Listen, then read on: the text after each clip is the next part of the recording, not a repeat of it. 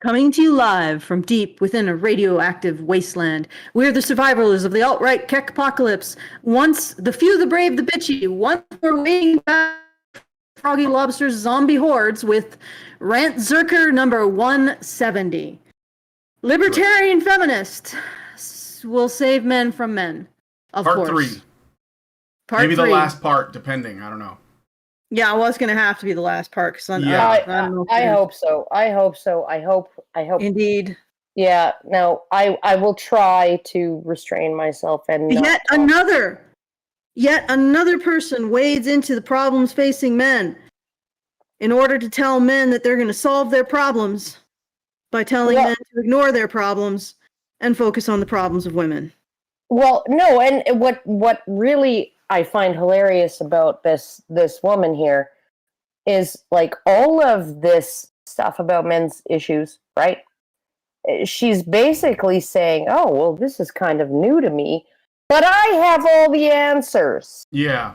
Really, like you're the first person, right, to have stumbled across this shit and proposed solutions or whatever, right? Like you don't understand, Karen. She's the first person who doesn't hate women because all of us here, we're vile misogynists and a hate group and possible terrorists.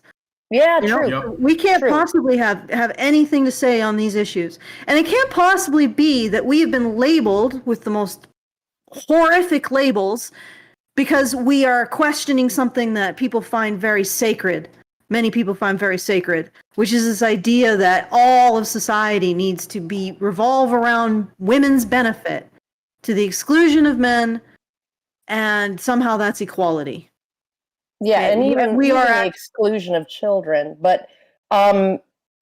but yeah, no, it's like if anyone in the U.S. government is listening right now, can you please put me on a no-fly list so that I don't have to travel anywhere anytime ever?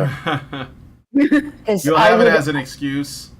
Yeah, I hate traveling. I hate traveling, and I hate flying, and I would be happy to be turned away at the airport over some trumped-up charge. Are you telling? This sounds familiar. I'm talking to the feds who are listening in. Anyway, no doubt.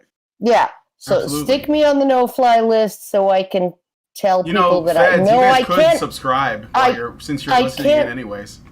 I can't fly to London. I can't fly to Oslo. I can't fly to Ireland, to Dublin. I can't fly to Gold Coast, Australia. I can't fly anywhere because I've been grounded because I'm a dangerous person. Okay, if you could do me that solid, feds, that would be great, and I can just do everything I do by Zoom. How about that? How is it that I always get hit with the dangerous person shit? Well, it's because you don't know how to talk to people at customs, Alison, because you're an autist. No, I think it went deeper than that. But definitely the dangerous persons at Calgary Expo. Is that also because I'm an autist? No, that was all of us. In a way, because Alison's autism is what made it to where she was like, I can't not speak up, and these people need to hear what I have to say, and I think they do. And I'd like to ask permission to speak. I would prefer an autist over a histrionic any day of the week. Oh, 100%. 100,000%. Yes. Give me the spectrum. Leave the crazies out of this. I don't want to deal with that. Yeah, so, no. The worst thing about people on the spectrum, regardless of how far along you are on the spectrum, right? How extreme that is very logical, right? Yes. You're like very a Vulcan. Very easy to predict what they're going to think, say, do, whatever, right? And they're generally polite. Yeah. And the histrionics are just freaking insane. Yes. Again. I'll take that any day of the week. They make no sense, but they insist that they are the only person with a right to speak. Yep. What we're saying, Alison, is that we prefer a Spock over a Bones. So we prefer No, was it? what we're saying is we prefer Allison over Big Red. Yeah. Mm, Or I whatever think Big feminists were Red's hosting that probably panel. more logical than the average feminist in a lot of ways. Well, because feminism is not logical. Well, Well, that's true. she did admit that the men's rights movement has a right to exist, but she admitted it by accident. Yeah. Yeah. just If have men to are change. having a problem, they can just make their own movement, which I guess they have, but Yeah, that's right. Classic. remember that? I saw Chanty Banks in my Facebook feed. I tried to reach out to her years ago because I want to get her on as a guest. I'm still making it my mission to get her on as a guest. I think it would like go super viral. I mean, I think it would be a smash hit if I can get her on, but I'm not going to give up. I'm not quitting on you, Chanty Banks. I think you'd be a great guest. Chanty Banks was the epitome of somebody who had just done 2 years of women's studies. Yep. And thought she knew everything. She was ready to fight the war. And she was radicalized to be a foot soldier and scream her head off over things that she did not know. She's like that person who like literally when she was during that clip that went viral, she was reading directly. She had a bunch of notes. No, she didn't have notes. She had an entire article that was published on Jezebel. Oh yeah, that's a really legitimate source. Yeah, but it's because she does not know the material, so right. she had to basically plagiarize that. Yeah, she has the talking points, but she has to reference them. So it's like 2 degrees away from she just read the whole article verbatim. Academic theory. But, if I can't get Chanty, I'd settle for fucking Scum Girl. You are fucking scum? Oh, yeah, what was her name? Rape apologist, incest supporting fucking scum. You are fucking scum. And I lisp because I pierced my tongue. Anyway, I thought she had a pierced nose. Before we get into it, I'm just going to remind everyone, once again, we are doing our monthly fundraiser, so please go to feedthebadger.com/support. I just recently been made aware of, I'm just going to talk briefly about it, Brian. I promise I won't derail the show.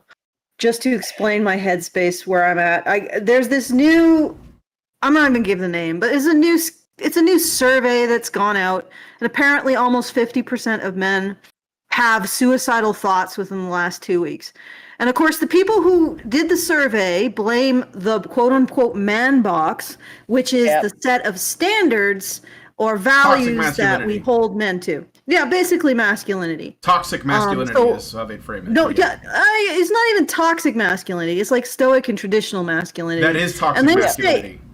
That's and how they're they blaming refer that. To it. Yeah. Well, all masculinity or is hegemonic toxic, masculinity. Yeah, it's all the same. They're literally, to this date, these people have not once explained to me one positive aspect of masculinity or men. Right. One. And they go in and they say, well, the reason why all these men are suicidally depressed is because of the man box, which we talk about and we call out, which is the set of characteristics that we think that men should embody. And it's like, and what's their solution?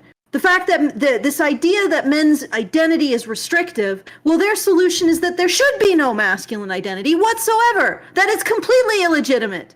And then they turn around and they say everything has gotten so much goddamn worse, but they never say, well, maybe it's because of us. Maybe it's because instead of a restrictive identity, you're giving men no identity. Yeah. And you're asking yourself, well, why are they all becoming depressed and suicidal and turning to people who don't do what we're doing? Well, that's why. Because anybody would choose a negative identity over no identity, you dumb creepiness. God, there isn't even a fucking word for this. This level of perfidy, and they continue not to give a flipping fuck about men. I'm sorry, guys, I am. Okay, I'm gonna move a little bit further from the microphone so I don't blow your eardrums out. But this really aggravates me. That escalated because quickly. people like us We get called a hate group, we get called potential terrorists because we refuse to put anything, not the politics, not whether you're not a Democrat or a Republican, or if you support the war or don't support the war or whatever else, before caring about men. It doesn't.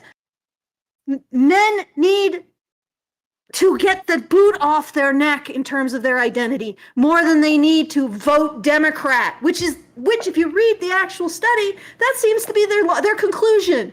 Yeah, of course. Well, we should care about men so men men support our political cause. Yep. And that's it. We don't care about men. Well, Yeah, everything is getting fucking worse because they continue to. We care about their votes and that they speak up for others. I mean, I don't know why this surprises anyone that, like, the solution is always vote for our side. And it's the only way you can save your soul, as it were. But of course, because they know, this is the thing, they know that if men had an identity, they wouldn't do that. So that makes them dangerous. That's why they attack men. That's why they attack the very notion of masculinity, of individuality, of meritocracy. That's why they do it, because if men had a sense of that worth, they would never do anything in line with what these people want, including voting in the way that they think they should. Yeah. That's why they're doing this. It's like you cannot avoid the political aspect of this because they are forcing it on everyone. So of course they're going to do that. Not surprised. Well, I mean, okay, what are these to manipulate?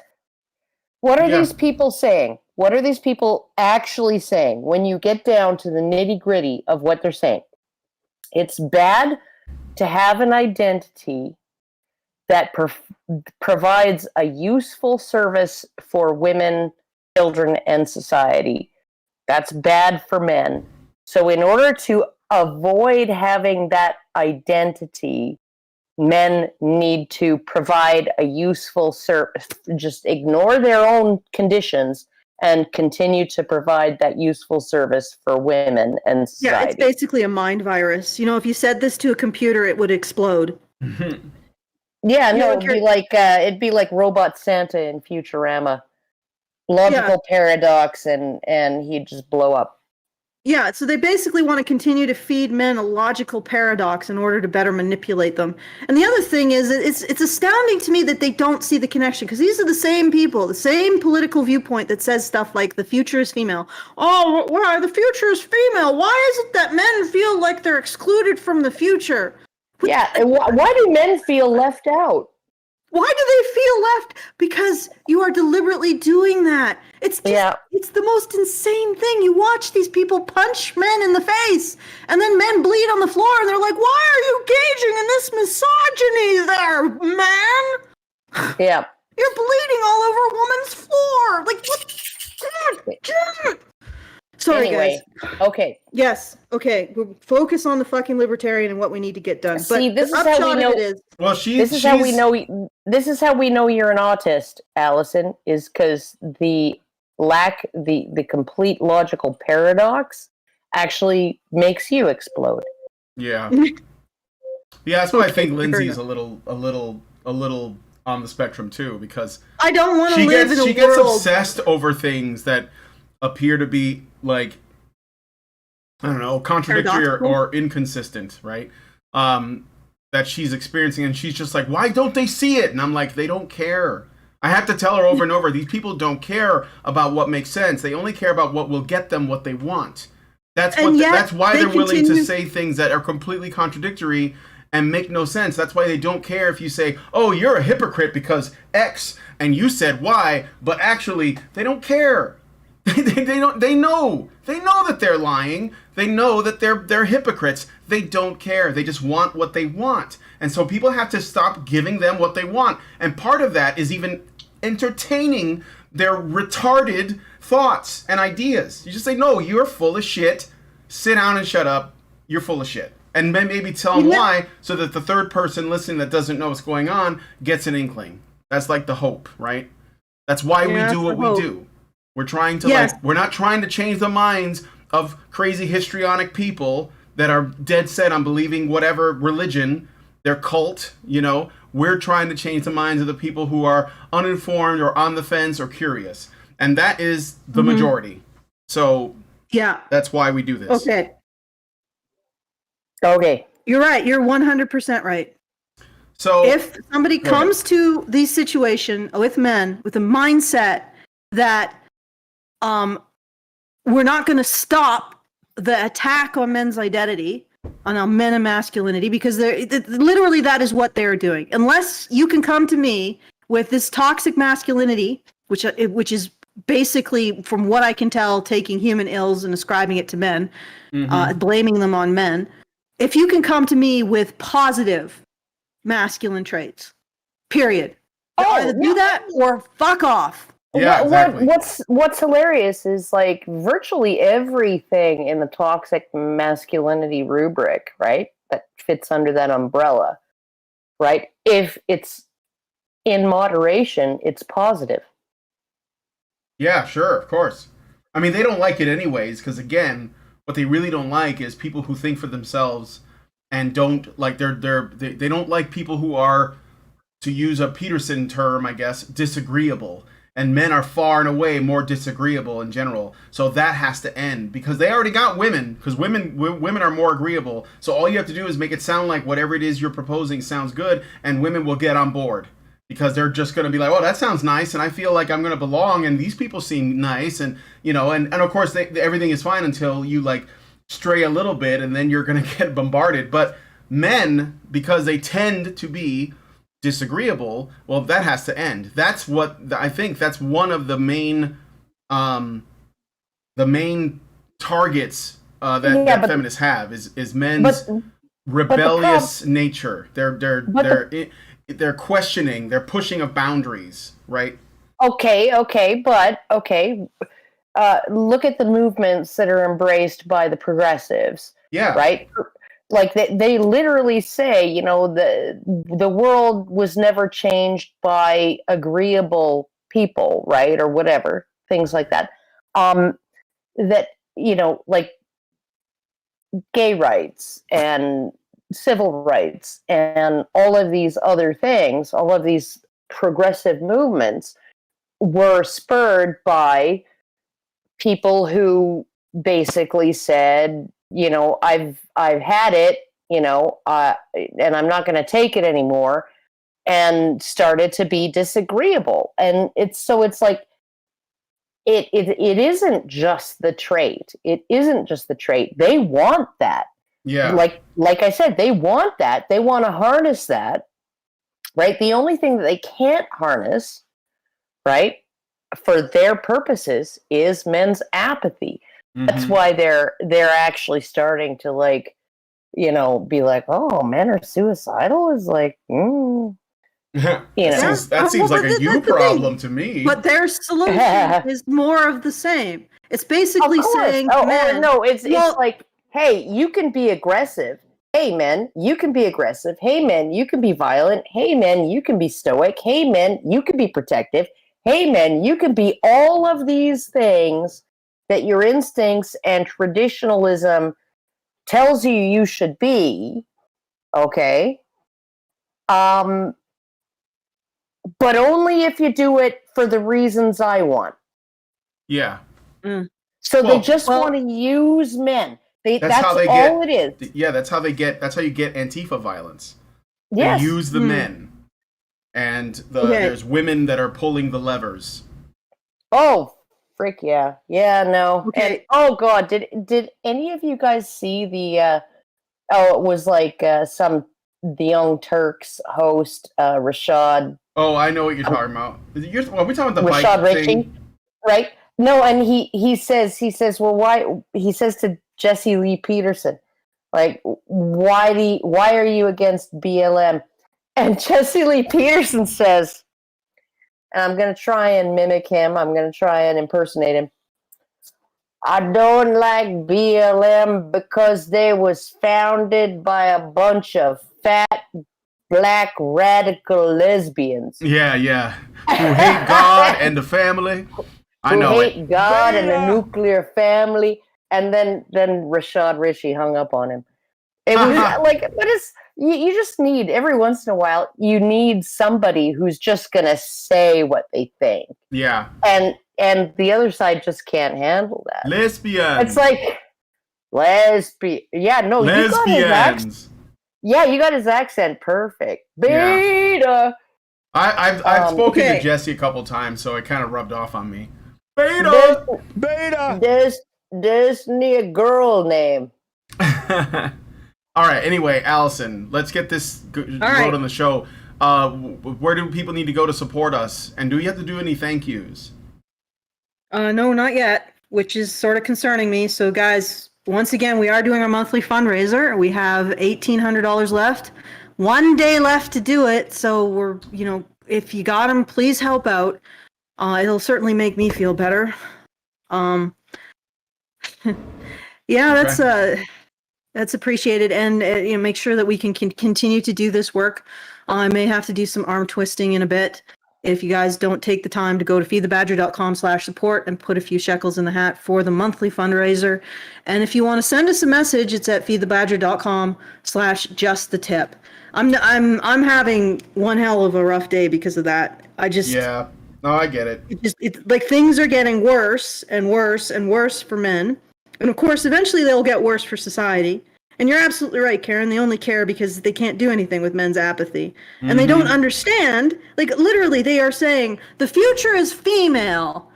Why are you misogynist? Why are you men feeling excluded? Are you a misogynist? And that's it. That's all they have to offer. More shame. More shame. And it's like, it's not working anymore. All that's happening is you shaming more and more men into checking out. Yep. So maybe just stop it. Like, that's our message. Yeah. Let's just stop the expectations. I know they make it political, so it ends up being political, but let's just stop. Let's just stop saying, oh, men have to be this, men have to advocate for that, men have to carry this weight, men have to do this for women, men have to do this other thing for whatever group. Let's just stop all that for a moment and say, hey, almost 50% of men right now want to off themselves. Can we care about men? All right. Okay, stop. Okay. I don't know what we're yelling about! Well, I do know what she's yelling about. No, but... I know. It's the only thing I have. I don't have the loud noises line. Loud noises. All right. Let's get to the video. Let's get to the video. Okay, yes, please. All right, so this is Hannah Cox, Libertarian Feminist, with her take on the men's rights movement. Last time she was talking about criminal, I don't want to say criminal justice, but like the criminal system, right? Because it's because she claims to be a libertarian, she's going to criticize things like the police and prisons, like we shouldn't have them. And that, of course, that doesn't really address the root cause, but let's keep going. Let's listen to more of this. Next, the movement flags two other issues that also fall under the criminal justice system. And those are false accusations and over-incarceration, which I think are somewhat intertwined if you think about it. The US has a massive over-incarceration problem driven by wrongful convictions, prosecutions pushing everyone into plea deals, which I covered in the prosecutor episode, and a whole litany of things being made into crimes by our lawmakers that are victimless, non-violent offensives no one should be in jail over. All right, I don't think she goes into detail, but she might be referring to like minor drug offenses or something. But that's not really a men's issue. Petty theft. Yeah. No. Yeah. Okay. There's also some. A while back there was a really great Tumblr called "Sir, You Are Being Mocked," I think. Oh yeah. And that individual did an analysis of the sentencing and conviction gap between men and women, and according to their numbers, when you account for the sentencing gap, it's entirely possible that women should be 50% of the prisoners in jail. Yes. Yeah? Yes. So either women are being sentenced not enough, or men are being sentenced too much. Well, Again, it No, depends and on. Sonia Starr actually found that the gender gap in criminal sentencing was 6 times wider than the racial gap. So it was like the racial gap was about 10%. You know, blacks got about 10% more time than whites for equivalent crimes, but men got 60% longer sentences than women for identical crimes under identical circumstances. And then she went on to say, Alexa, stop. Not that, but she went on to say that that basically that's not even taking into account the discretion involved in who gets stopped, who gets arrested, who gets prosecuted, who gets offered more favorable plea deals, who gets convicted. Okay, she basically said, I think she said that women were about half as likely to be convicted if they were brought to trial. Well, but already these women who've been brought to trial, right, they've experienced a whole sequence of discounts, right, of favoritism all along the road up until, oh, it's time for a trial before a jury or a judge, right? And now you're still half as likely as a woman to be convicted as a man is. So, like, that 60% difference in the length of sentence is just the tip of the iceberg in terms of, and Philip Davies, we had him in Chicago, and you know, like, he was the one who he's sitting in the backbench business meeting, right? Talking about the gender criminal justice gap, right? And the only thing the other side wanted to talk about was, well, but women are overrepresented among people fined or sentenced or serving community sentences. So people who get fines or community service or probation, right? He's like, yeah, it's because if they were men, they'd be in prison. Mm-hmm. 5 out of 6 men in British prisons would not be there if they were treated identically to women. They've crunched those numbers. All right. Should we move on? Because it's getting this isn't really that big of a deal. I mean, she's complaining about something that ultimately is not really a men's issue in terms of like the supposedly non-violent offenses. That's more of like a war on drugs thing. If that's what she's referring to, but I couldn't think of anything else. I mean, like, if a man goes to jail for buying a prostitute, does the woman not go to jail for being a prostitute? I think the sentences might be different, for example. But anyway. In Canada, we have the Swedish model, which is it's perfectly lawful to sell sex. It's just illegal to buy it. Which is the opposite of how we normally think about drug dealing and stuff like that, where it's like, well, the private user, right, the buyer is, you know, you let him off the hook, and it's the dealer who's more culpable. Right. Well, then that's all I can think of. When she says victimless crimes, I can only think that it's either drugs, prostitution or buying prostitution or drugs. That's it. Like, everything else either has a victim or it has a potential victim, like if it's driving under the influence. So, all right, anyway. Atrocious, disgusting, inhumane system, and it makes a complete mockery of the principles we were founded upon. The American criminal justice system holds almost 2.3 million people in 1,833 state prisons, 110 federal prisons, 1,772 juvenile correctional facilities, 3,134 local jails, 218 immigration detention facilities, and 80 Indian County jails, as well as military prisons, civil... All right, I'm pausing for the banana. She's just listing a bunch of stats, but, you know, what she doesn't do, she doesn't go back and say, like, for the men that are being convicted of crimes, what is it that drove them to that point? Like, why are they criminals? Like, there are criminals. They exist, okay?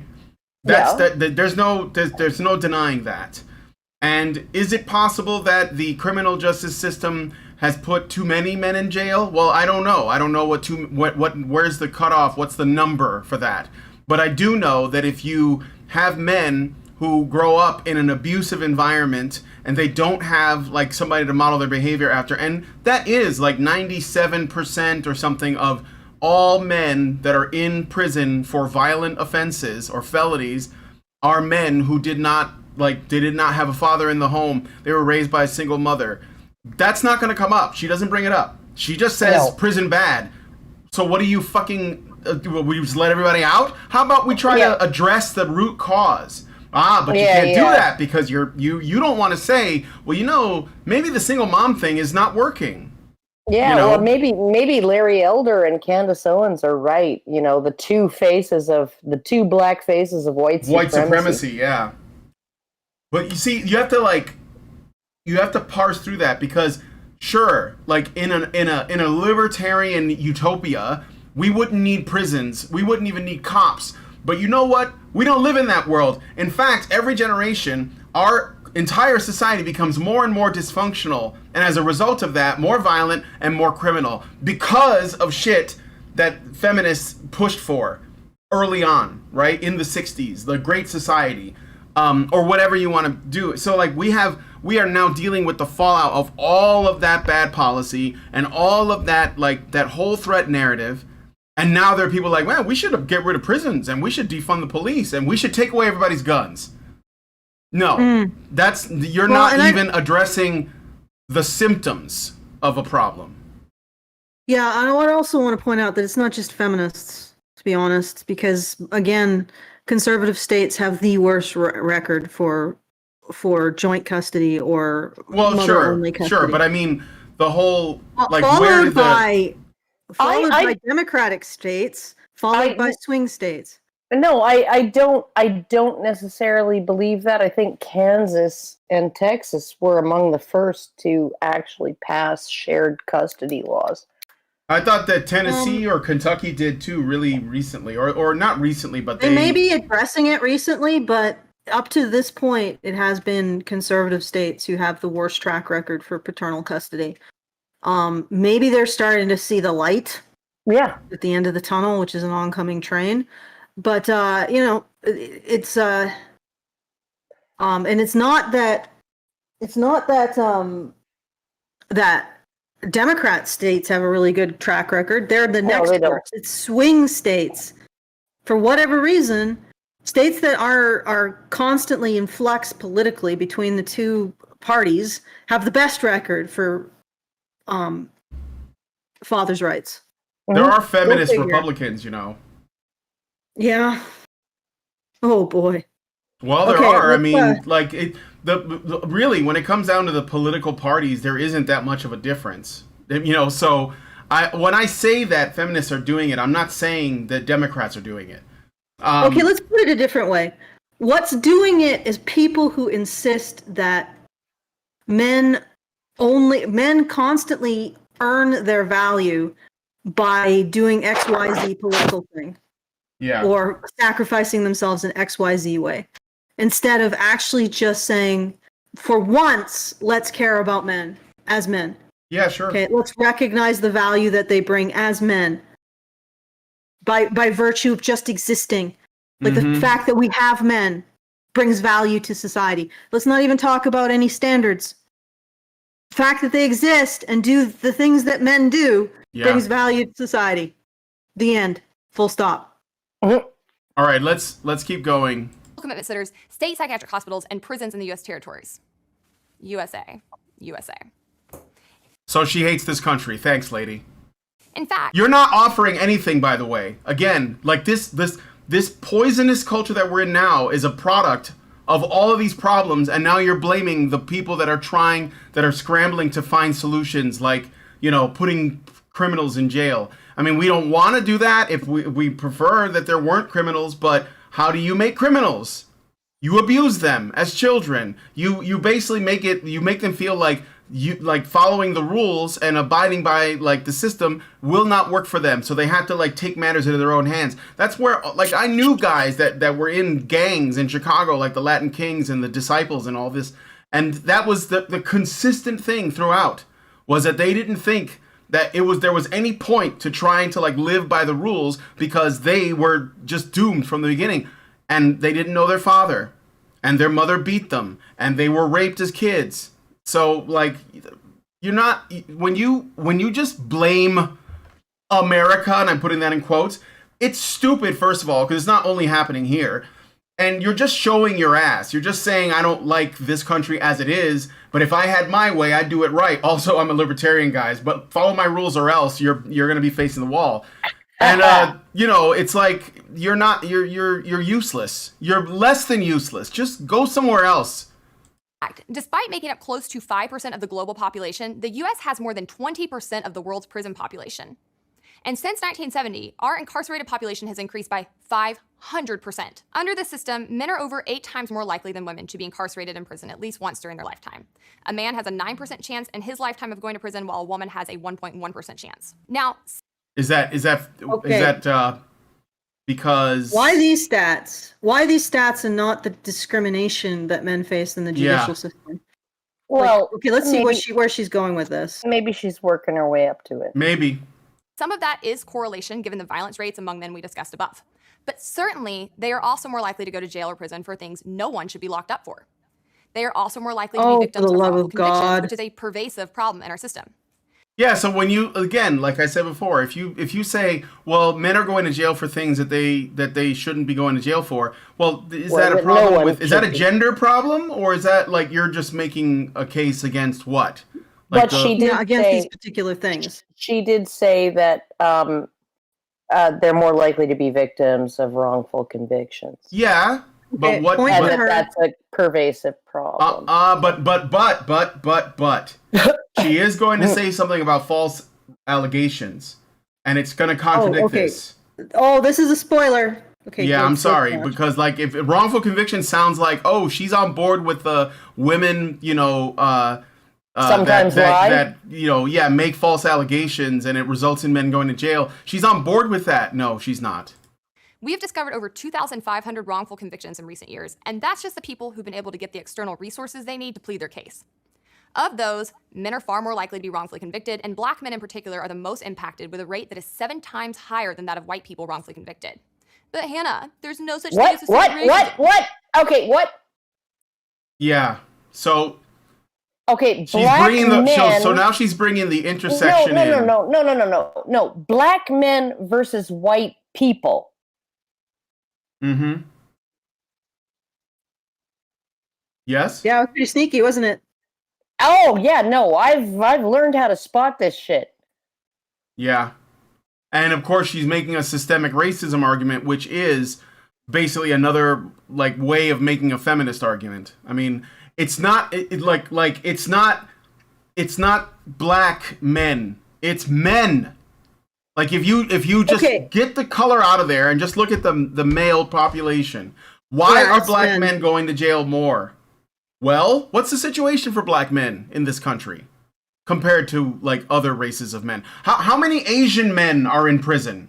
What's that proportion look like? It's a lot smaller, isn't it? Why is that? What's the difference? How many Jews are in jail?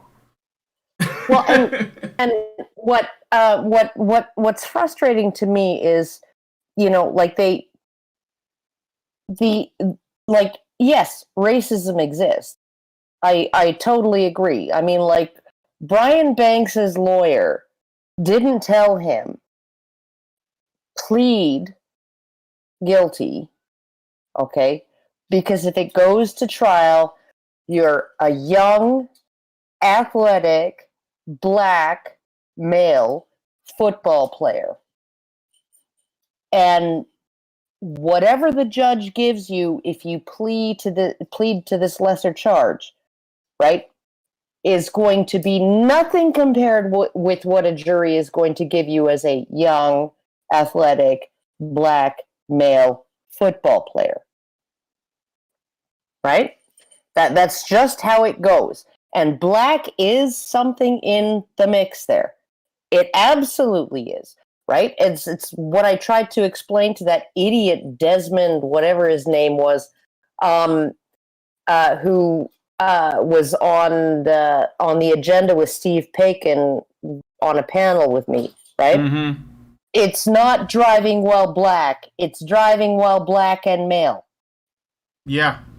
Yeah, because Right? it's not And happening to black women. Both of those are a factor, right? But it's not all about race. It's Right. not only about your race. Right. Well, that. And Yeah.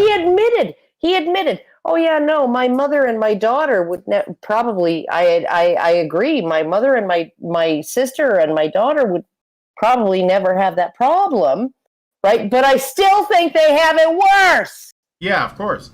Of course. As black women. So what I think this woman is trying to do is she's trying to make the issues that men face less important than the racial issue. And that's why I get so upset about this. Because even though I'm okay with the idea that prejudice exists against people based on their race or whatever, I think it's impossible to prove. But what you can look at is how we see men and women. Because I think that the differences between black men and white men are very small compared to the differences between men and women. And I think that is a more important and a much more impactful characteristic. I'm not throwing out the race, but I think that gets used as a way to diminish the real issue. Because if it turned out that it was mostly white guys, she wouldn't even bring this up. She's only bringing this up because it has emotional impact. This is off top. Like, what is this video about? It's about I know. men's That's what issues. I mean. It's and off topic. She's dancing around something, and she's using race. Yeah. Yes, there is a racial component, but the gender component is bigger, and she has danced around it. Yes, that's what I'm saying. She's danced around it. Mm-hmm. And that is infuriating. Yep. Okay, I want to say to the audience, because we did like this, it's slow, and we need to get to our goal, or we won't be able to continue to be able to do this content. So please take the time to go to feedthebadger.com/support. And I just want to point out that I believe we're one of the few voices that actually says, in order to care about men, you have to care about men.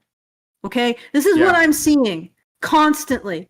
The people who say, well, we can fix this problem where now half of men apparently are suicidal and don't feel like they belong in society, to the point where they feel like there's no future. What a surprise, since they're being told constantly that the future is female. Well, how do you push back against that? These people are telling everyone that the way to solve that is to tell men that they are to blame for their own problem. And you know what that does? It is the ideological equivalent of taking a pile of problems and brushing them under the rug and saying, we don't need to care about them now. So their solution to the problem of us not caring about men and the symptoms of that is to say, well, this is why we don't have to. This is why we can continue to ignore the problem safely, because it's men's problem. It's men's doing. You know, the men are doing it to themselves. So why should we have to care? Why should we give a shit? And we're the ones pointing that out and saying the only way you can care about men is to care about men. That's it. Mm-hmm. Don't put any qualifications on it. Don't say, well, we'll care about men if they vote Democratic. We'll care about women or men if they wife up the single mothers and make the single mothers vote Republican. We'll care about men when they step up. Well, men are already stepping up. They already continue to step up. It's astounding to me. Like, there is no weakness in men. That is one of the most pernicious lies I've heard yet. Who's keeping your lights on, friends? Who do you think that is? Who's keeping the plumbing running? Who's keeping the frickin' industry going? Gnomes. It's not the gnomes. No, it's men. Is so it? weak No, men haven't constructed this shit. It's a tooth fairy, Allison. Okay, so that's I could have another sworn thing. I saw a home gnome underneath my bathroom sink, and he was like People are like, tightening the bolts.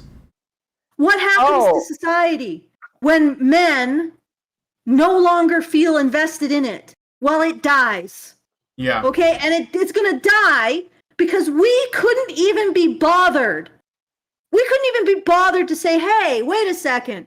Maybe we should be grateful for the sacrifices that men make. No, we couldn't even be bothered. That is the stupidest fucking reason for civilization collapse.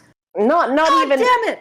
not even the sacrifices, just the contributions. Like, nobody should have to sacrifice, right? Yeah, but they do. Unless the I know thing. they do, right? Not all of them, but I know that lots of men do sacrifice. Lots of women sacrifice as well, right? But to acknowledge the contributions, you worked hard for that, right? Your Yes. job isn't easy. You might actually suffer pain and just play through it, right? Like my husband, every fucking day, he gets up, he goes to work. Sometimes work is just across the hallway from the bedroom. Sometimes work is, in the office. But he does that every day, whether he's hurting or not. He has an autoimmune condition that gives him chronic pain. He's got he's got food sensitivities that I have to monitor constantly. And but it's because, like I said, when he was undiagnosed, before I had diagnosed him, because the doctors were fucking retards and didn't know what the fuck. They were just like, oh, have you tried Benadryl? Yeah, no, we didn't try the cheapest over-the-counter freaking treatment ever, right? Like, why would we try that? Yeah. Yeah, no. But, no, so basically, he was looking at, we were looking at him being on a disability pension. And between the two of us, we got him to the point where he's happy in his career. He's like feeling like he's doing important things. He is keeping the lights on and the water running and and all of that kind of stuff, right? He's instrumental in that. And I am his support. I make sure he's healthy. I make sure he's well fed. I make sure he's happy. I make sure his, he's doing okay. And it's like we're a team. Yeah. It's almost as if we're a team. And I make sure he has investments, and I make sure that he has savings, and I make sure that we are paying down, the house and all of that, right? So it's just like, basically, like we're a team. We're like a corporation. We're actually what marriage originated Should look like. Yeah. to be like, marriage was an economic contract between economic partners. Mm-hmm. Like that's what it was. And children were part of the bargain usually, but a lot of it was just like that's what marriage is, was designed for, was an economic exchange of goods and services between two people who operate as a corporation in a partnership. Cooperation. Cooperation. Jolly cooperation. Okay. So this has gone a little bit away Into Into the from weeds, what I into was the trying- weeds. But Yes. what I'm saying is, right, basically the deal that's being offered to men right now is Work for nothing work for nothing. Not just work for nothing. Work for derision.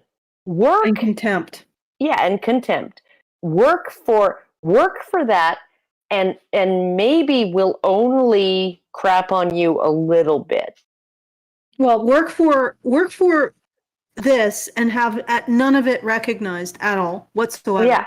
Yeah. I mean, And- in fact, the reverse recognized. So men work and they continue, and it is men who are critical to the running of society. 95% fill all of the jobs that no one wants to do because they're painful, disgusting, but necessary, that everybody enjoys a comfortable living. So it's men doing this, but no acknowledgement of that fact. No acknowledgement of the fact that it may also be masculinity, the desire to earn, the desire to engage in merit, the desire to endure discomfort for the benefit of others. That is what is allowing our society to continue to exist. But we can't do that because that would be recognizing something that men give to the world that maybe women don't as much. Okay? Well, look at this fucking woman's clothes. Like, could you freaking climb a tree in that? No. No. Like, could you change a tire in that? No. Anyway, so what I'm trying to get at here is we are pointing out, and I think we're one of the few people that do, that if this is a problem, like men are no longer connecting to society, and often it is not a conscious decision. It's simply a confusion over what the hell they're supposed to be doing, because they've been told all their life that their contribution to society is hateful towards women, contributes to create a system of benefiting men at the expense of women. It's toxic. It's toxic. Okay, and then what we have as a result of that is we're seeing increasing levels of problems in men's mental health. And the usual suspects come out and they say, well, that's because of toxic masculinity, you see? Which is basically just a way of telling everybody to stop caring, put their heads in the sand, move along. It's not our problem. You know, if men fail, what's the worst that could happen? What is the worst that could happen? What is the worst that could happen? If nobody can replace their linemen, if nobody can get firefighters, you know, what is the worst that can happen if no one can repair their sewers? What's the worst that can happen if trains get derailed? I mean, really, what's the worst that could happen if men are no longer able to continue to work because they are absolutely psychologically devastated? What's the worst that could happen? Why don't you do that as a thought experiment? Now ask yourself, if we do not challenge this continuous attitude, this ideology that's basically blaming men for their own problems so we can ignore them, what is the worst that can happen? You ask yourself that. And this is why I think what we're doing is absolutely essential to continue. And it has to be done in the way that we do it, which is completely uncompromising. Yes, we have to face these uncomfortable truths. Yes, we have to be honest with ourselves. Yes, we have to start supporting men. Regardless. Okay, that's where it starts. It's not going to start with any mealy mouth. Oh, but it's toxic masculinity. Oh, but they're upset because they're losing their privilege.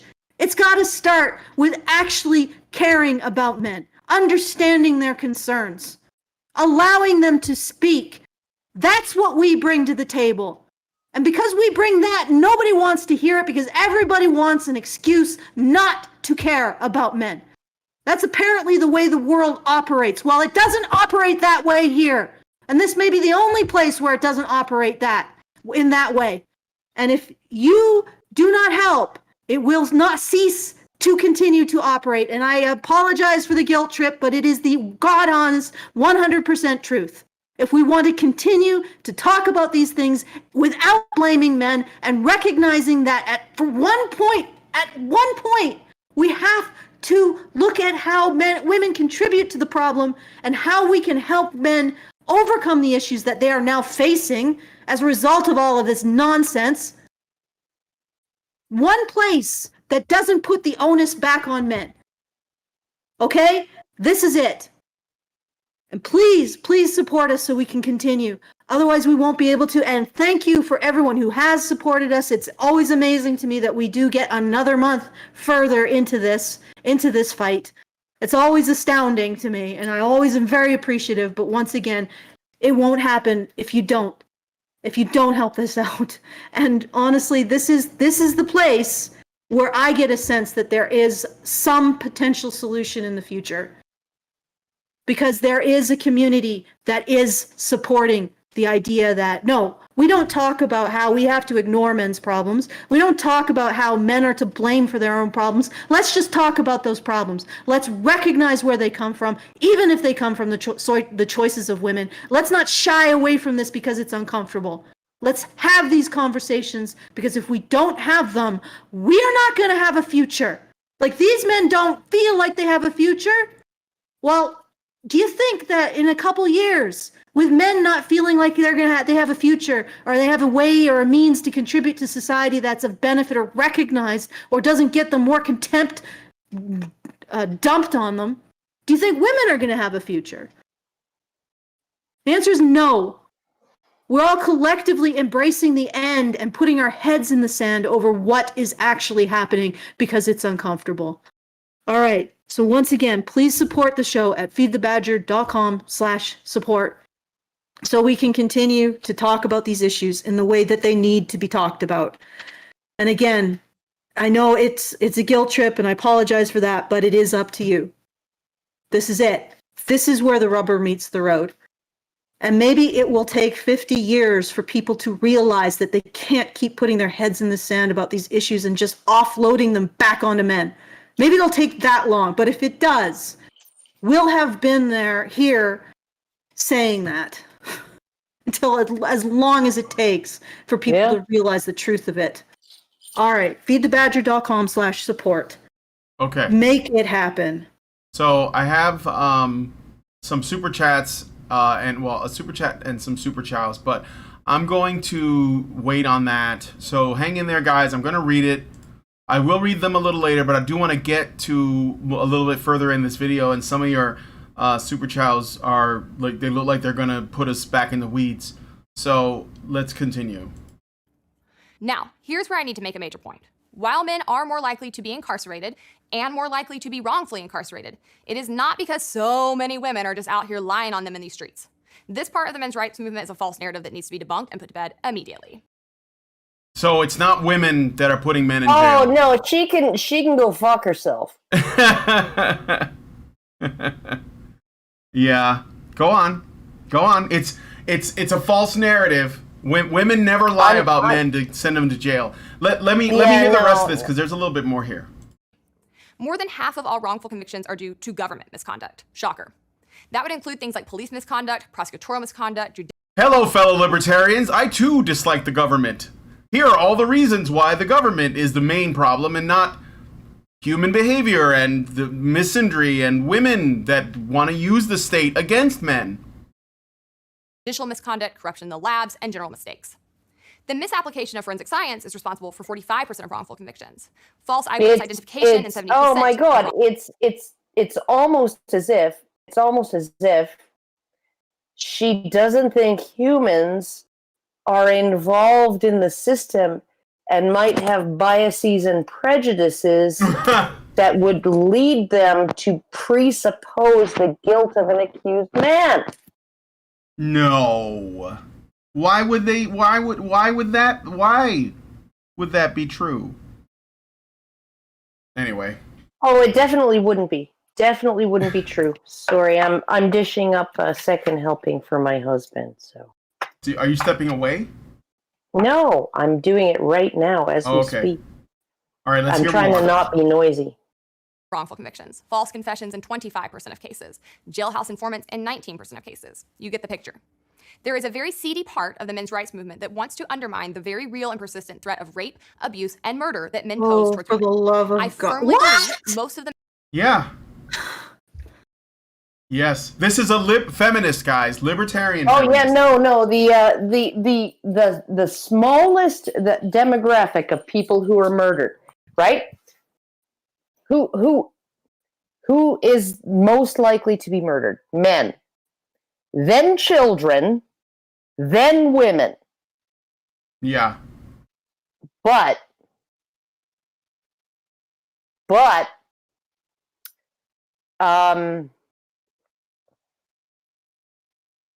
Yes. but we should still be allowed to basically focus 100% on female victims of male violence. This is bullshit. Yeah, no, This is utter she's bullshit. Oh my Wait, God. there's This- more. There's again, more. again. No, do not move it, Brian. I have something to say. I know there's Again, more. okay, again. A woman who comes out of the gate appropriating these criminal issues to bash all men again over the head with, yeah, no, this is not your friend, and this is not a woman who's going to be part of the solution. Yep. Because there is an immense amount of completely unconsidered violence against men by women, including sexual violence. There's practically an epidemic of it, to be honest, that nobody is recognizing. And to use this asymmetrical argument that somehow men have responsibility for sexual and domestic violence that women don't also bear responsibility for is wrong. There is enough evidence now that it's wrong. Well, no, but there's men do not bear responsibility for anyone else's violence. Neither do women bear responsibility for anyone else's violence. And there is no aspect like Don Dutton, who also spoke in Chicago, right? He actually, he brought up a survey that was done. And it was actually pretty hilarious because there was a survey. It was like 5,000 random digit dialed calls, right, asking people about their attitudes about domestic violence, and about half of the calls they asked, they asked the male on female questions first, and in about half they asked the female on male questions first. So, do you think it's ever appropriate or justifiable for a man to hit his wife to keep her in line, right?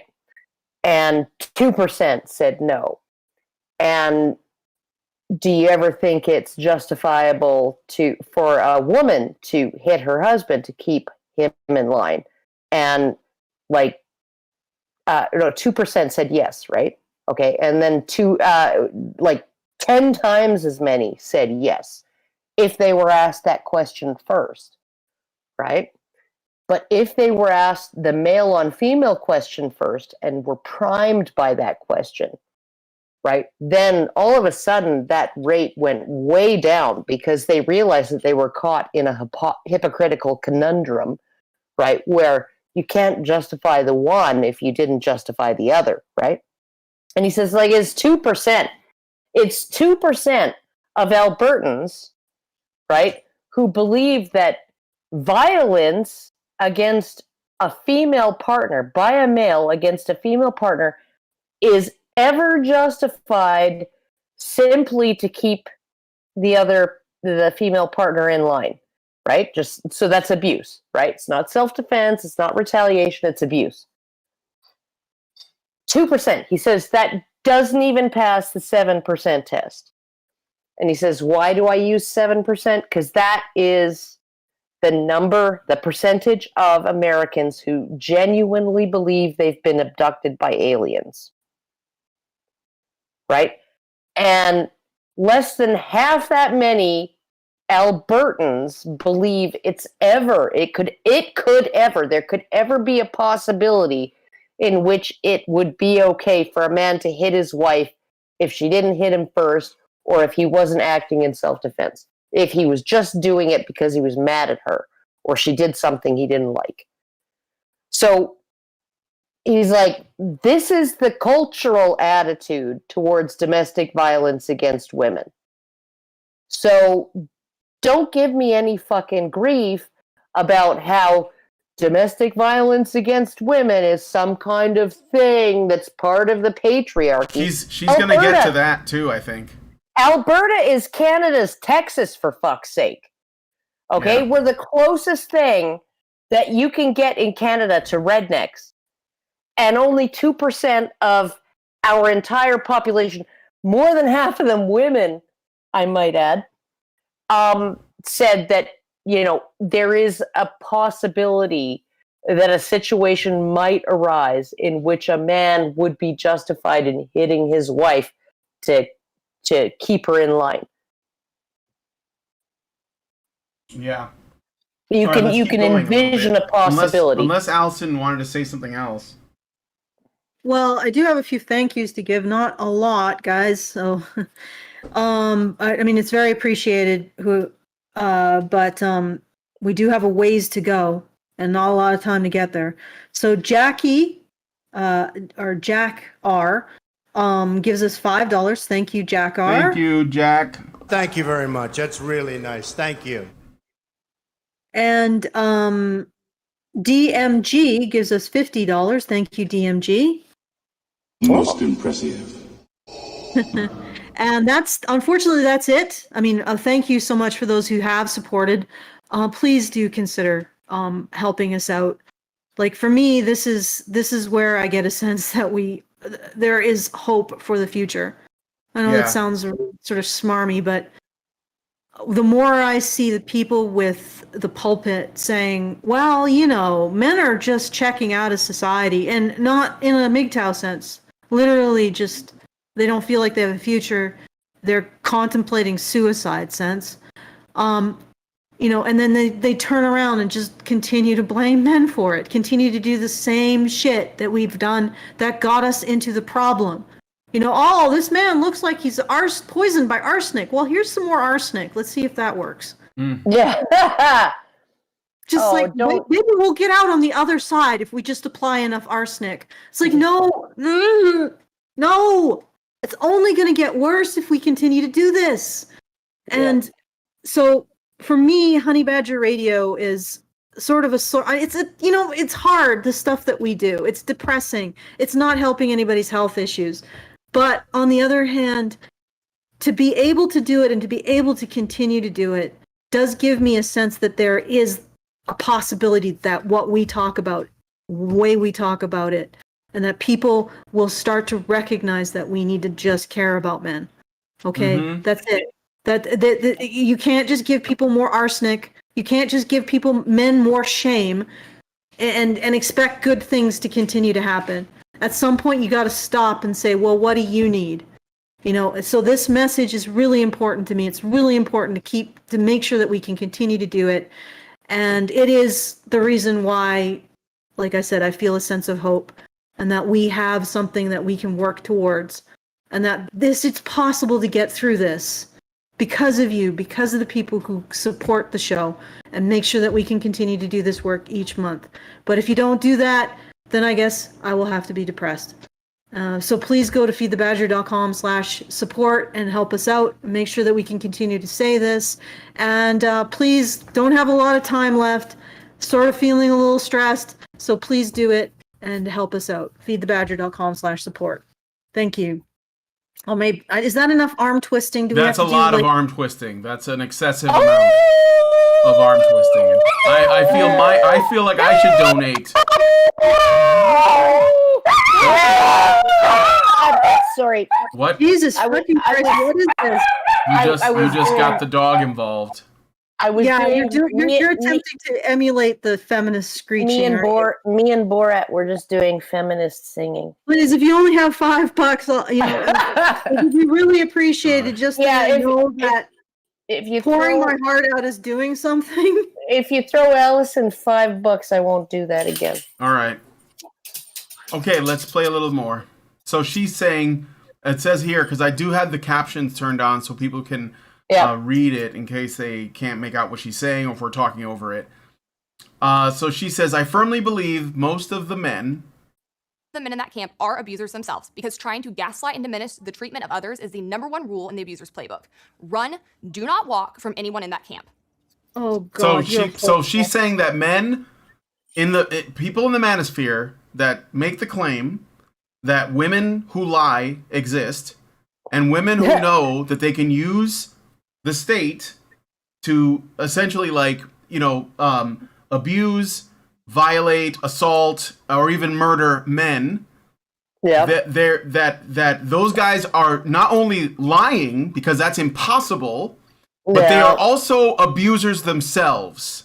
And that means that you should not associate with them because they're bad people because I said so.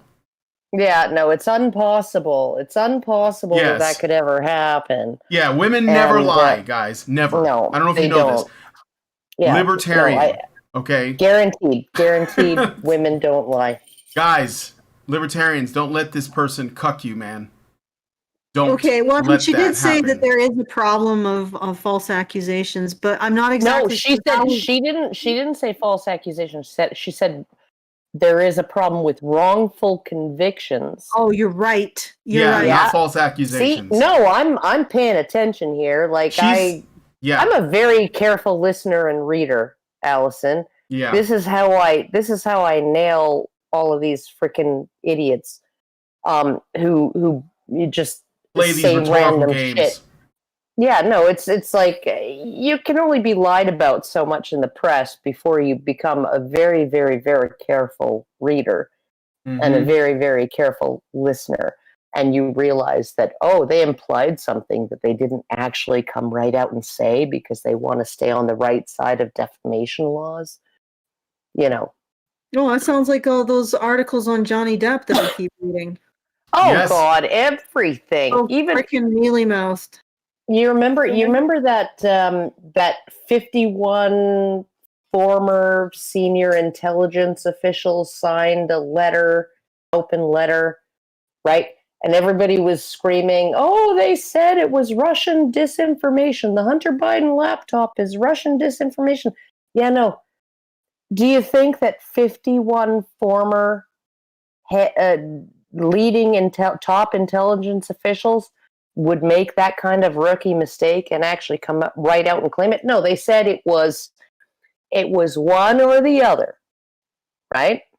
They said it was either a hack and dump of truthful, accurate information, or could be disinformation or misinformation, right? Mm-hmm. And they put the one they wanted people to run with second in the list because that's how human beings work. Just go watch Robert Sapolsky's lectures on human behavioral biology, right? 80%, if you give people the exact same pair of freaking pantyhose, and you're like, which is the one that's the highest quality, right? And you give them the exact same pair 6 times in a row, 80% of them will say, it was number 6. And they'll have all kinds of reasons for it. They'll have all kinds. This is why they changed how they interrogate children in child sex abuse cases, right? They don't ask, did he touch you here or here? Because they always pick the second option. They know they have to pick one. They always pick the second one. Yeah. Right? And so do you think these intelligence operatives don't know how to imply something and lead a gullible audience full of not careful readers to believe something that isn't true and believe that they said something that they didn't say? Easy peasy. Easy fucking peasy, and you can learn how to spot it. It's not hard. Yeah. Right? But all these people who are trying to basically say something without saying it, they know what they're doing. She knows what she's doing. Yeah, she does. Okay, so this is scripted anyway, so all right, let's keep going. The truth is, most rapes do not get reported at all. Why? For a number of reasons. 1, cops aren't going to do crap about it. We have thousands of you fucking bitch. You fucking bitch. No, noping.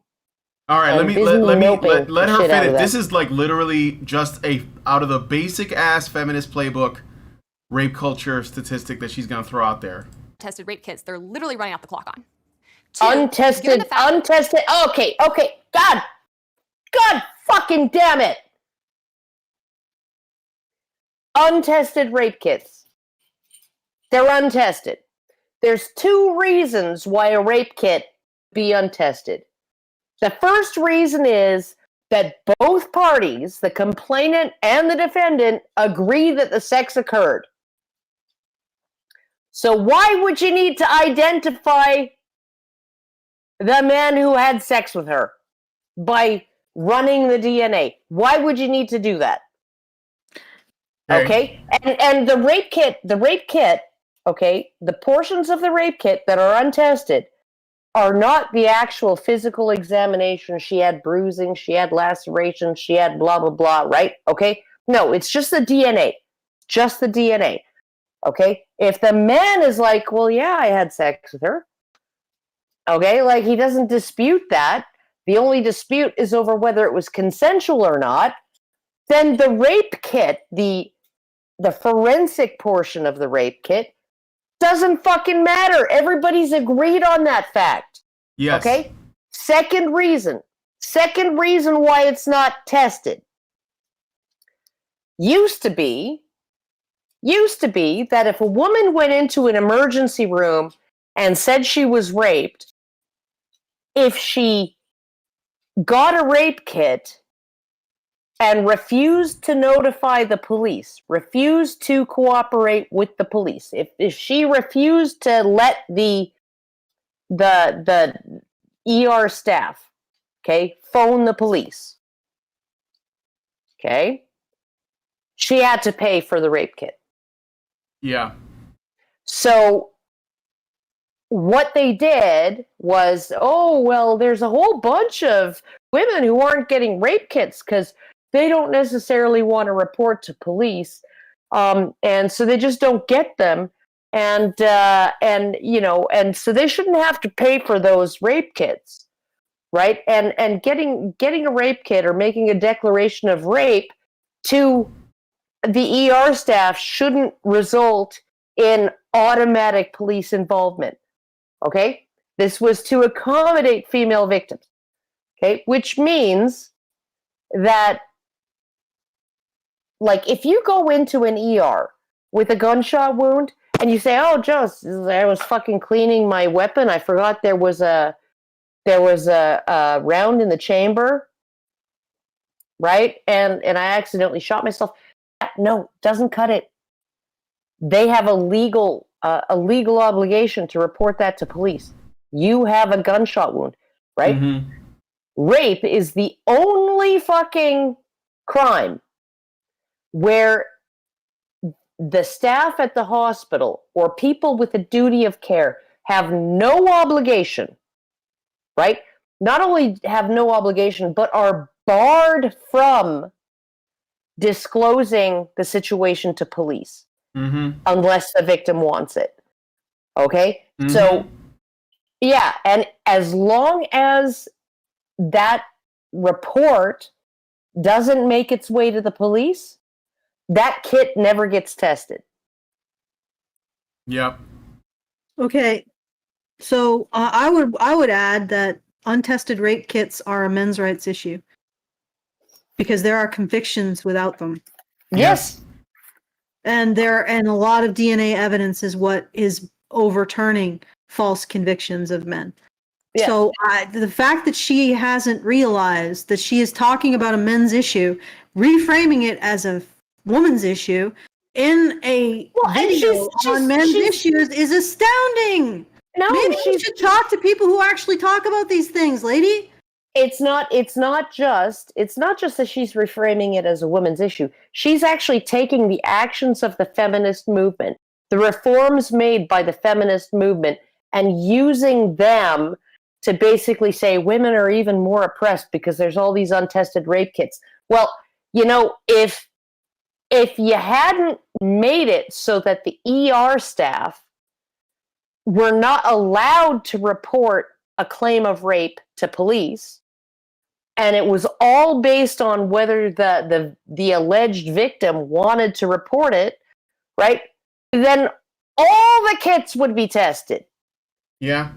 Or at least all the ones that were relevant to the claim. If the sex is not, whether or not the sex took place, if that's not in question, then there is really no point. Like she's just saying that here's the libertarian feminist saying that there's this government thing, where they used rape kits and they're not testing them. So this must be the fault of the state. No. Well, No. I object to the fact that the government isn't wasting money testing the DNA in a rape kit Yeah. where both parties acknowledge that the sex happened. Yes. Like, See, what the the thing fuck? is that this can't be solved with like a conversation around the government's presence in this, because it comes down to how feminists define rape, which is basically sex that a woman like either didn't want to begin with, which is like a legitimate reason, or they felt bad about afterwards, or they felt pressured into, or whatever it is, they regretted it, whatever, right? And that counts, but it can't be proven as rape, because now it's like in the gray area of subjectivity, so we can't even pursue that. Yet the feminists want the government to make arrests and throw people in prison and all of that, and of course she's gonna act like, oh no, that's legitimate use of government, is a woman that regrets having sex and getting men thrown in prison. That's legitimate. The crime of rape occurs in people's minds, not with people's bodies. Like, that's the thing, right? Yeah. Because if you consent, right, it's based on two people's state of mind. It's her consent and his awareness of her consent or lack thereof. Right? Mm-hmm. Those are the only two things that matter. Right? The sex doesn't matter. The BDSM freaking community taught us that, right? Bruises don't matter. Abrasions don't matter. Cutting doesn't matter, right? Insertion of weird things into body parts doesn't matter, right? If it's consensual, even if it's not safe, right? It's not rape. Yeah. And so it's like, so when you have a crime that's based on two people's state of mind, right? The actus reus is based on her state of mind. The mens rea is based on his state of mind, right? If they agree that the act occurred, why do you need to freaking do a rape kit? Right. All it proves is whether or not sex happened. And on top of that, if the woman raped the man and then claimed to have been raped by the man, what would the rape kit? It wouldn't prove anything except that sex happened. It wouldn't prove They did research on like women who actually made allegations of rape, and then they did sort of a placebo group of women who had, they basically said, oh well, I have an injury from some really awesome sex that I had or whatever, right? I thought it was just a people group of women who had sex, period. Yeah. And they found that there was no actual difference in the amount of abrasions, the amount of bruising, the amount of muscle strains, the amount of anything. They were basically indistinguishable. So that's actually really astounding to me. So no effort at fighting back. No. I imagine that if I were in a position to be forced to do something I wasn't willing to do, that unless there was like a weapon involved, I would be fighting pretty hard. I've had more injuries from very exciting consensual sex with my husband than most women have ever had, and it's just like, no, we were pushing some boundaries, and women bruise easily. Okay, well, so I guess this might be a Wednesday thing. People are just tired. It's a hump day. They don't want to deal with anything. So I do have one more thank you to give. Oh, one sweet. more.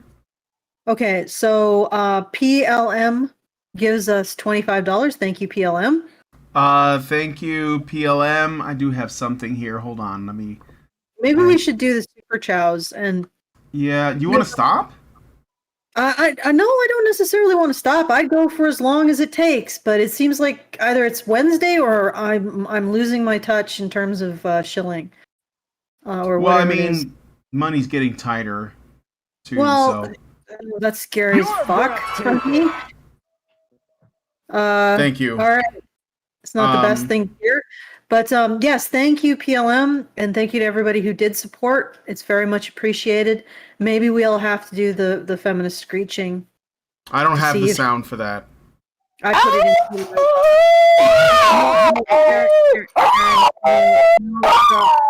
I put the sound. You asked for it. Oh, Jesus Christ. Could we just maybe when in a bit? Well, no, because there's sirens. There's sirens outside. So Borat was looking at me going like, why aren't you howling? Oh, There's fire Let's trucks. put the feminist scream singing into the live show chat. So if you want to load that up, Brian, maybe we can do it in a few minutes. See if that helps. is it the video or is it like the sound? It's the video. Okay. My other dog is downstairs howling because there's fire trucks going by. All right. Well, let's listen to a little bit more of this. Fact they're unlikely Okay. to even get a rape kit tested, the downsides to reporting rape and abuse far outweigh any positives. Unless we're talking about a man with extreme amounts of fame, money, or power, which is not most of you, women have virtually no incentive to lie or falsely report and just about every reason to stay mum. In fact, What does this have to do with men's issues? Well, No, she's and- trying to say that women don't make false accusations and they have no reason to. There is absolutely no benefit to women and only penalties if they lie about a man raping them. I know we've seen women just getting thrown in the slammer for lying about men to police, you know, suffering all kinds of terrible sentencing and the death penalty. I think I've seen. I mean, not just the death, but like the witch torture where they put you on the underwater to see if you float, like that. That's what we do to false accusers these days. I don't know if you guys know. Yeah. I know that. That woman, I forget what her name was. We put but bamboo she was- shoots under their toenails. The woman who accused that dude in the Waterloo station, I believe it was. Are you talking about Mark? Mark Pierce? Mark Pearson, the guy in Pearson. the UK, and the actress from Game of Thrones that accused him. Yeah, Yes. and she was like in the half a second that we brushed past each other, going in opposite directions. He managed to get up my skirt, down my tights, and into my vagina with his fingers, while both his hands were full of other things. It was all caught on camera, right? And he was like, they took it to a trial. Yes, right? he went to trial, and she was like behind a veil, like some kind of like Arab princess. Like you couldn't even see her face. Like she was like covered, and it was just like her hand. You know, like from the it was like Dr. Claw from Inspector Gadget. And basically, Karen Pitsy outed her. Yep. And she said, I might be arrested for this because I'm breaking a publication ban. Because I'm not legally authorized. Nobody is legally authorized to reveal this woman's identity. Yep. But women are there's no incentive for them to lie. Obviously. Even though she had been proven in court to have been lying. Yeah, like Amber Heard. And she still has, by the way, Amber Heard still has work. She's still in like the Aquaman movies or whatever, and Johnny Depp is gone from Pirates. I know. But you know. And it's just, but it's like, so this random dude in the tube station, right? Just commuting to or from work or whatever, walks past this woman for 0.5 seconds, and then 2 years of his life, 2 years of his life, where he has to defend himself, even though there's a video documenting their interaction, walking in opposite directions past each other while both his hands were full. right? And he's got to go all the way to a trial, right? Well, what motive did that bitch have? Well, because he was just a regular guy. He wasn't like a famous guy. He wasn't like somebody who had a lot of money. Yeah, and it's like, yeah, no, okay. Why I have asked this before. Okay, why would a woman lie about rape? Why would a man rape? Because people do fucked up shit. That's a good way to put it. But one of those acts is punished by the justice system, and one of them is not. Yeah, no, like that freaking bitch from Game of Thrones, she was protected under a publication ban. She was anonymous, right? Like, you weren't allowed, not only was she never prosecuted for that, and the waste of taxpayer dollars, Jesus Christ, pursuing that case. And then on top of that, right, you aren't even allowed to say, hey, you know, you might want to be careful if you go on a date with this bitch. Yep. Because. Yes. Like, no, because. Yeah. Like, here's some shit she pulled, right? Mm-hmm. That was easily disproven. And it's like, and, you know, when you have a situation where something that is so cut and dried, right from, there's video footage of it, right? Video footage of it. And there was prosecutorial misconduct because they slowed the video down to make it seem like there was actually enough time for dude to get under her skirt and then down her tights and then up into her vag, right? Mm-hmm.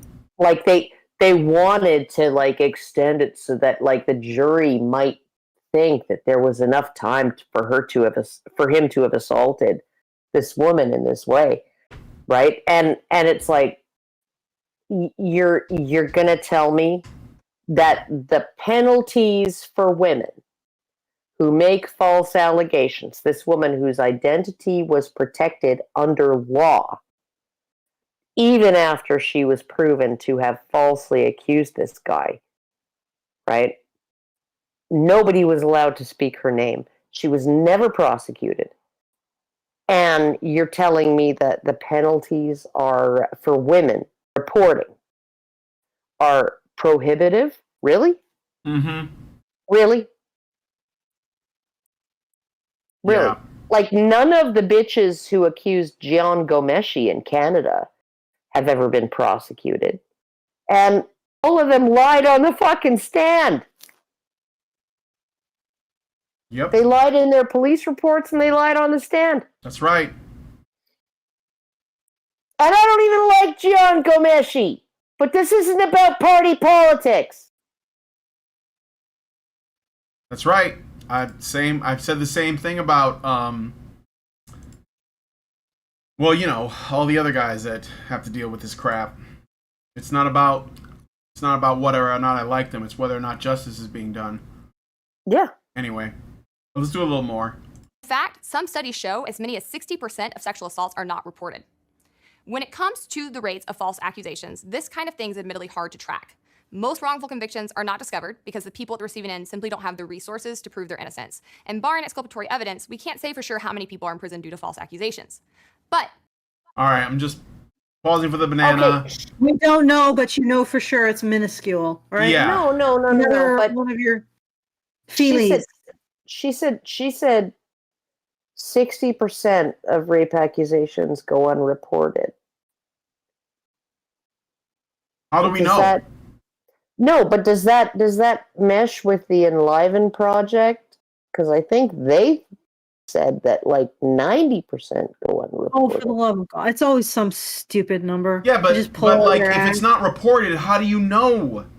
Well, you know, What they're saying is they're comparing population surveys or crime surveys to actual police reports. well, like the National Intimate Partner and Sexual Violence Survey to actual police reports. Yes. Isn't that a government organization? Well, yeah, but that government organization actually found that there are more men per year sexually assaulted than women, and that 80% of the perpetrators against men over a lifetime, they didn't bother publishing the previous year numbers because that might be really embarrassing, but 80% of the perpetrators were, of the victims reported only female perpetrators. So, so, you know, like you have to actually include like community surveys in all of this, but that, like, if you're looking at it from that perspective, if you want to actually go by community surveys versus police reports, well then men really underreport. Yeah. All right. Estimates show over the past 20 years that only 2 to 10% of rape allegations prove to be false. Again, you have to look at the incentive structure here. So it is the 2%. Yeah. This is the feminist statistic. Interesting that. Okay, I'm And not again, even... what does this have to do with men's issues? For the love of God, if a woman... No, it doesn't. I'm for men's issues and then spends 3/4 of the story denying men's issues and explaining how they're really women's issues, maybe she doesn't for men's issues. Okay.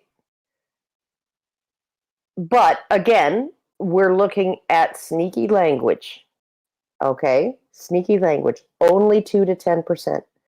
Those are basement numbers, not ceiling numbers. Mm-hmm. Those are the provable false accusations, the ones that are proven to be false, as opposed to the ones that were false, but they were found guilty or convicted or something. Yeah, or they pled guilty because they just wanted to get over with. That doesn't include people who went to prison on a false accusation that was never proven to be false. That doesn't include men who were accused and then, you know, just weren't convicted because there wasn't enough evidence or whatever, right? Men who were falsely accused. Doesn't include any of that. This is the bare minimum. 2 to 10% is the bare fucking minimum percentage of accusations of rape that are false, provably false, right? Which It's an at least number, not an only number. Right. She's portraying it as an only number. All right. Let's go a little bit further. And if there's no political will to pursue an allegation to prove that it's false, right? Because 90% of accusations of domestic violence or sexual assault, right, that go across somebody's desk, a police officer's desk, and they find that there's like absolutely nothing to it, right? They don't actually turn around and pursue the accuser. They don't pursue that investigation. Yeah, they don't put it down as a false accusation. They just put it down as unproven. Yeah. So, like, you literally have 2 to 10% of rape accusations made have gotten over that hurdle, right? Because maybe the woman made like 8 unfounded accusations before, or maybe, you know, you had reason to believe that it was absolutely maliciously false. It wasn't like that she was mentally ill or that, you know, she had personal problems or blah, blah, blah, blah, blah. No, right. These are the ones that you would actually go after and investigate for the purpose of prosecuting. Because otherwise, why would you expend the energy and the resources to do that investigation backwards to prove it false? Okay? Yeah, no, they don't do those things. And we still have 2 to 10%. Yep. Okay, let's keep going. A little bit more. Men can lose their jobs for coming forward about an assault, and that can result in them never being hired in their industry again. they incur the wrath of the abuser when they come forward, making coming forward a very dangerous time for them. So wait a minute. So she's saying, just in case you missed this, if a woman accuses a man of sexual impropriety, sexual assault, sexual harassment, rape, whatever, she won't come forward because she might lose her job. In what fucking reality does that happen? Do you know what really happens? Is that they come forward and the man loses his job, regardless as to whether or not anything happened. In fact, men will most likely lose their jobs just because the people in human resources or the boss or whatever is just trying to he just doesn't want trouble. He doesn't want chaos. He just fires the guy. And because that's what happens, right? Can I point something out? At this point, like 100% what you're saying, Brian. Also, who's being taken in by this woman at this point? I don't know, but she made this video for FEE, the Foundation for Economic Education, which is normally a somewhat respectable libertarian, I guess, group or foundation. Yeah. Yeah. I mean, I like most of their content, but I didn't see this until, recently. So and that's what I'm saying. Like this is not a low profile person. And we began this by questioning her libertarian bona fides because she's part of a movement that's very much about increasing government overreach. What do you think she's arguing for here? Okay? She's arguing for government intervention in rape and accusations of sexual impropriety. That's what she's arguing for. Yeah. She's arguing for more because apparently when women make an allegation of sexual impropriety, they lose their job. Yes. Well, you know what I find it. You know what I'm gonna go hit my head against a fucking brick wall. Yes, do that. What I find interesting is Tara Reid. Do we all remember Tara Reid? I do know that name. Oh, yeah, no, she credibly accused Joe Biden of sexual assault. Oh, yeah, right. And she fled to Russia or something. She just went to Russia, and guess who just basically, he said, George Takei. Wait, so the woman who falsely accused Biden of sexual assault just defected to Russia? And I said, how do you know it was a false accusation? Yeah. I thought we were supposed to believe women. With people like you out there smearing her with no evidence her accusation was false, at the height of Me Too and Believe Women no less, it's no wonder she defected. She had way more corroboration than Blasey Ford or E.J. Carroll. Yeah. And she did have corroboration on the Larry King fucking live show, no less, right? Yeah. Her mother phoned in and said, my daughter's having this problem at work because her boss is like being sexually blah, blah, blah. Come right? on, man. Come on, man. Come on, man. Give me a little break here. That's right. And it's like, okay, so like I'm going to always look at every allegation of sexual misconduct or sexual assault starting from a position of maybe it's true, maybe it's not. Yeah, right? that's what same.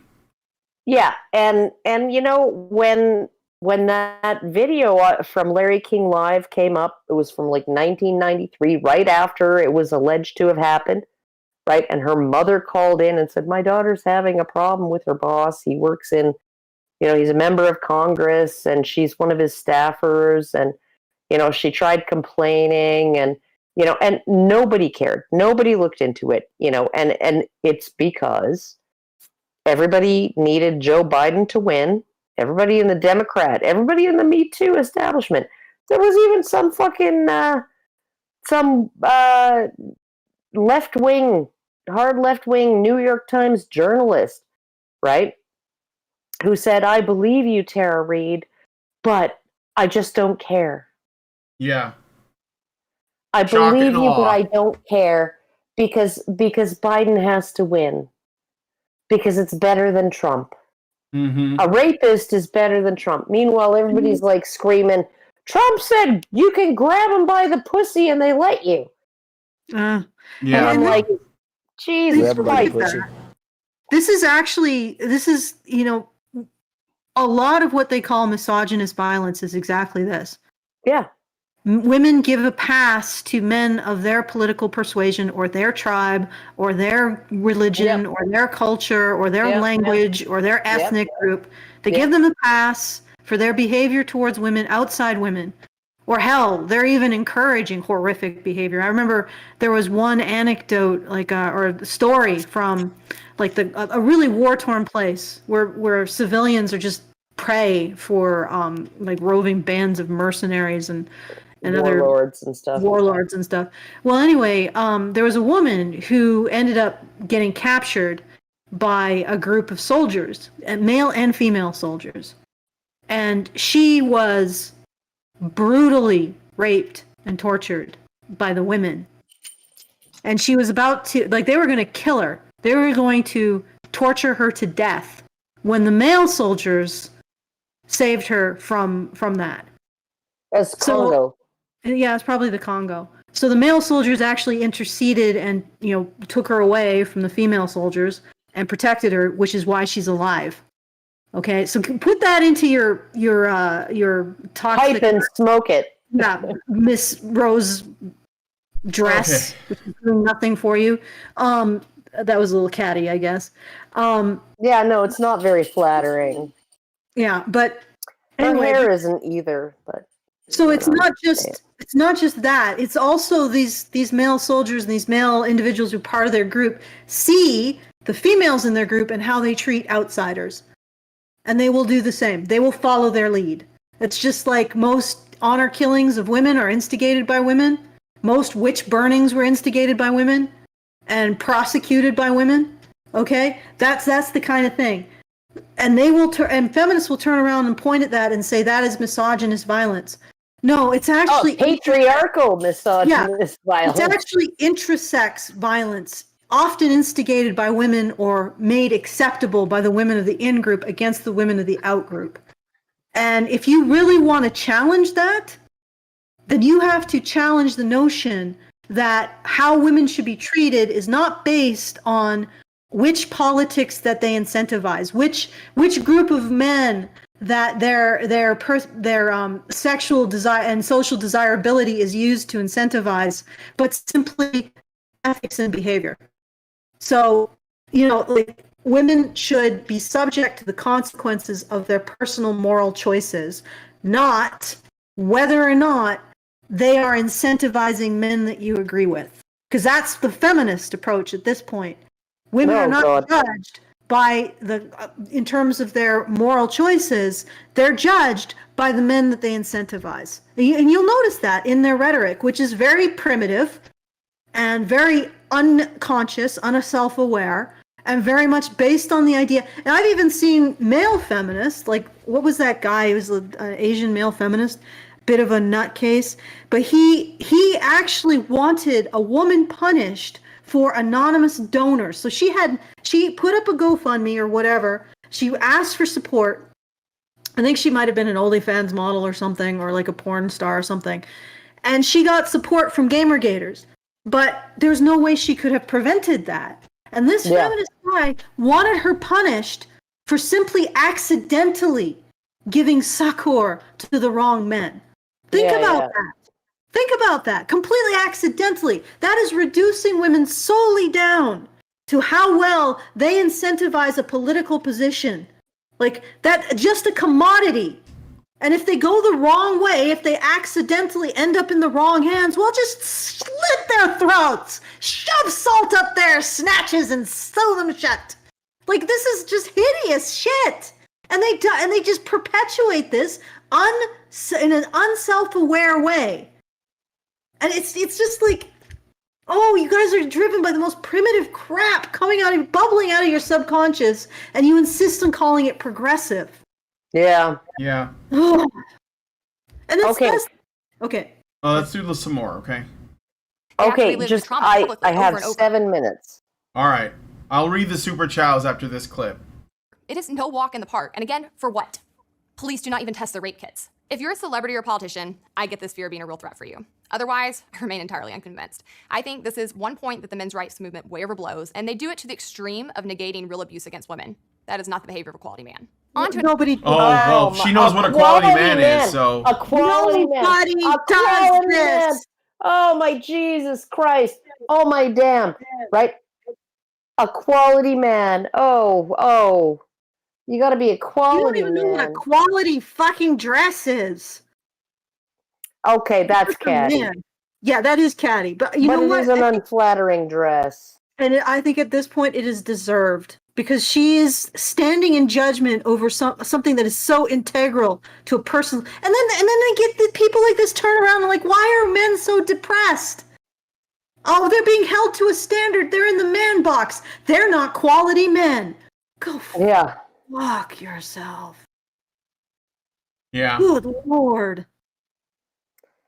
Oh, So, but okay, we need to do some super chows. yeah, don't let's we? do the super chows, and I did Yeah, get one super thank you. chat, but I'll do the super chows first because super chows take priority in this house, and then Rumble rants come next, and then super chats are last. I actually have a really important question to ask. So before we do any of that, I do want to these are my thank yous. Thank you to Meredith G for giving us $100. And then this came through, and I'm a little bit confused by it. It's I believe it's Remote Ruby put This through is- $1,500. This is for Meredith. Hold on. Okay. Okay.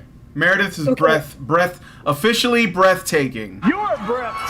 Okay, so I think this is Remote. But he called Elaine Bennis breathtaking, and then he called the ugly baby breathtaking. You don't remember Maybe- that episode of maybe it's Seinfeld? Maybe it's I need to get some Seinfeld sounds. Okay, so we have Worlds are colliding, Jerry. 1,500 from, I believe it's Remote Ruby, but the name is Mighty Dragonfly on the through here. Is that on purpose? So that's my problem. Like, if you intended to do that, please tell me. I'm not quite sure what to do because you put it through, so now it looks like the fundraiser only has about, I don't know, $170 Oh on yeah, it. somebody did say in the live chat that there's only $120 left to go. It was Richard Bier said that. Is that Remote Ruby? Yes. Okay. So if that was your intent, just give me a message because if it isn't, I have to. Yeah. And You can't- you know, I I don't gotta- want people I gotta to send- In good conscience, you can't just I gotta cash send that like check. all of the thank you stuff. Wow. Well, Yeah. yeah, I need to make sure that was intentional because if it isn't, and I need to correct it as quickly as possible so people don't think that they don't have to fund anymore as well. All right. True. So anyway, just pop me a message there. That does seem to be the person who did it. So, I mean, if he's saying there's only 170, wink, wink. I'm guessing 120, he said. 120. That's what he said. I don't know. Yeah, I know because Okay. it was All right, just- 1,500. So, just tell me if you intended to do that. Yeah, dude, that's crazy. amazing. Yeah, if it is, if you did, very, very big thank you from all of us to you. Yeah. Holy shit. Like, Yeah, next that's- thing you know, I'm going to think we're Medicare and, like, everybody's got their mom's credit card. Yeah, actually, he's just okayed it. So yes, he didn't. Oh, intend to put- Jesus. Thank you so much. And I Oh actually my said god, to him, thank you. did- Thank you. I said, did you intend to put through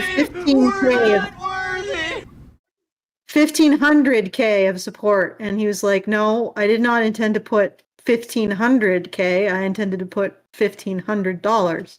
Oh Well, yeah, 1,500K, that's crazy. Yeah. I That have a was heart almost attack. 5 A little years. much, God Alison. damn. All right. So thank you, Remote Ruby. That's Yeah, a huge thank you weight so off much. my mind. Wow. Thank you very much. That's really appreciate it. nice. Thank you. I was very much appreciated also because I'm gonna start to get into trying to get some stuff funded for my story too. So yeah, that's great. Showing. Oh yeah, we need to figure something special out. You know what? Do you have that video? What video? No, it's like the exact opposite of the feminist sirens. It is the No, I don't have any videos handy. You have to get me a link. You But, do the super chows and I'll get you a link, and this will be our thank you to Richard. All right. Boy, that escalated quickly. I mean, that really got out of hand fast. It did. Brick killed a guy. Yeah, I killed a guy with a trident. All right, but anyway, there are horses and a man on fire. If you're gonna kill somebody, you might as well do it with an unconventional weapon. Okay, so like, why be banal? Thank you, Remote Ruby. You may have saved our bacon there. Oh no, you totally saved me from Alison's nagging. Yeah. I don't have any Borat sounds, Meredith. Sorry. But you are the G. Meredith is the top G. That's why she has a G in her name. Goat. Speaking of Meredith G, I'm going to read the Super Chows, and hers is the first one, because it almost always is. So Meredith G gives us $5 and says, Fundzerker 170, morals and ethics are not supposed to be conditional, and the fact that HBR's morals and ethics are not controversial makes the group dissident to all authoritarians on every side. Yeah, I mean, I try to stay consistent. Like, I think we all, stand up for fairness and justice, regardless of whoever it is, regardless of what we might think about them. It's irrelevant, right? Yeah. So, it really is. It's just not relevant at all. Yeah. We got another super chow from Anonymous. That's usually what Zapier means. I don't know why, but... and they give us $35 and says, here's a hen-egg problem for you guys. Are we potentially headed towards more authoritarian forms of societal organization because feminist ideology has fully invaded mainstream culture? Or is this shift in popular opinion rather than expression of the ruling class's growing disdain for democracy and possibly a herald of coming attacks against this institution? I think our society is feminized to the extreme, and that usually means authoritarian. I would say, why not all? Yeah, why not yes to all of that? Yeah, we are actually headed down a really, really unpleasant road. I think Canada in particular saw that with the quashing, the invocation of the basically the new it's called the Emergencies Act, but it used to be called the War Measures Act. In order to quash a peaceful protest against mandates, so vaccine mandates, mask mandates, other kinds of mandates, jabber job mandates, right? All that stuff. And it was a perfectly peaceful protest. There were 2 incidents of criminality, and both of them appear to be false flag. One appears to be a false flag because I don't know any trucker protester who has pink hair and skinny jeans trying to set fire in the lobby of a building, and one of the trucker protesters actually went in and put out the fire and called the police. Yeah. And then the other one was people just counter protesters losing their shit on the protesters, right?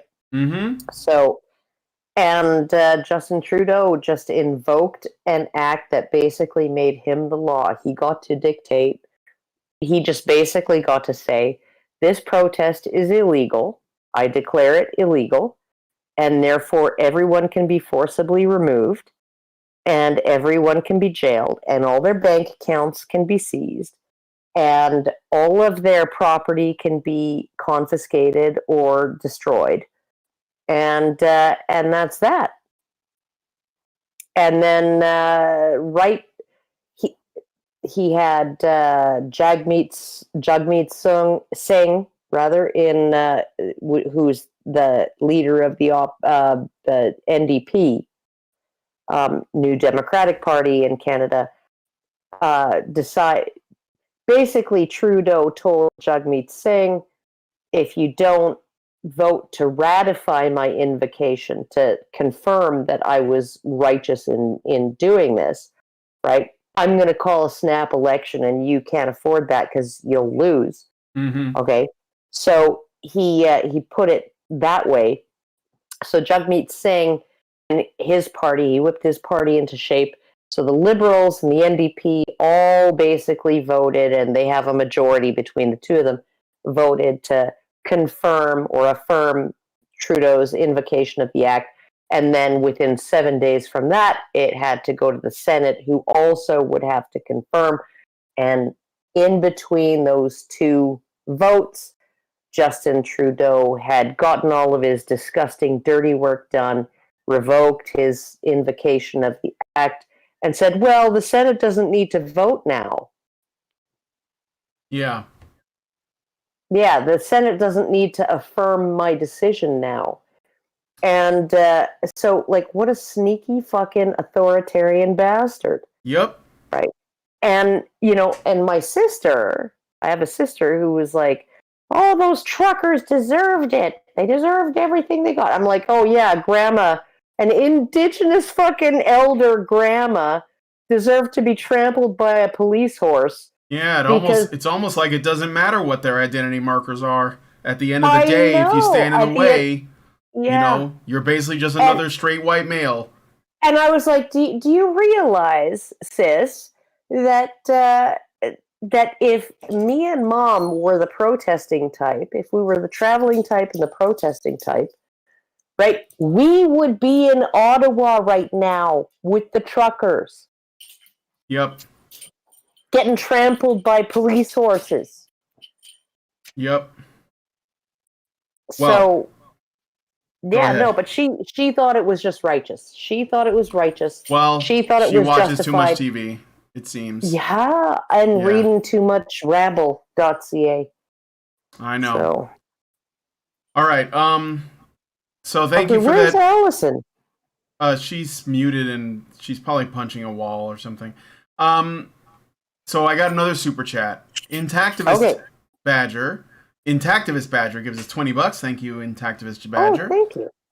And says, feminism is literal female supremacy. Feminism is the gender KKK. Years ago, when I used to use Facebook, I got into an argument with a woman about male genital mutilation because I called male circumcision male genital mutilation, MGM.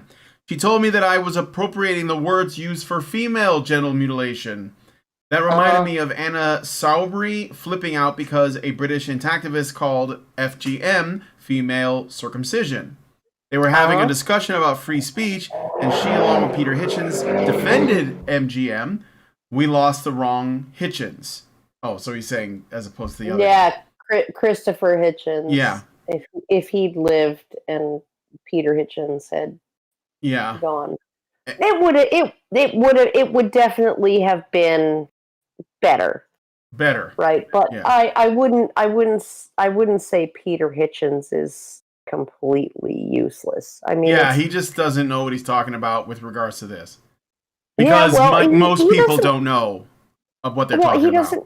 He doesn't know what he's talking about in regards to many things, but that's most people. Yeah, right. That's most people, exactly. But I don't wish ill on anybody. I just hope that they figure it out eventually. Yeah, Peter Hitchens isn't bad. No. Anyways, I decided to troll this woman, so I started calling FGM female circumcision and pointing that she was cherry picking the forms of female circumcision, and pointed out that even the most analogous form of female circumcision isn't as damaging as removing the male prepuce, because they won't be affected by mental stenosis, which can develop to complete closure of the urethra that may lead to have the underside of your penis slit because you can no longer urinate or ejaculate from your urethra. Oh, meatal stenosis. Yeah, no, that's not a good thing. No. No, definitely the analogous form of female circumcision, right, which is just removal of the prepuce, is way less traumatic. It's like that's not highly innervated tissue in women. It's the actual clitoris that's highly innervated, and so it's like it's only functional in terms of like it protects the clitoris from abrasion and friction and all of those things, but it's not. There's no actual mechanical function to it, if you know what I mean. But and also it's about 1/100th the size of a male foreskin. So you're removing 100 times more tissue for sure when you do that. And then also the woman, her clitoris will still be protected by her labia majora. Right. If of course. that's all that's Our removed, right? understanding of genital anatomy is actually 200 years out of date. Well, MRIs indicated that the erectile structures of women have as much erectile structures as men. They're just internal. Yep. Which means that the head can't be removed. They can't be removed, and also the structures of the penis, like the external penis, does not correspond to any external structure on a woman. So the clitoris is like the external component of the clitoris is 150% not analogous to the penis. You got all of your erectile tissue safely inside you, ladies. So it's probably more analogous to the frenulum on the penis. Yeah. Which is removed during circumcision usually. Not always. Not always. But so and then the foreskin probably is more likely the inner the labia minora.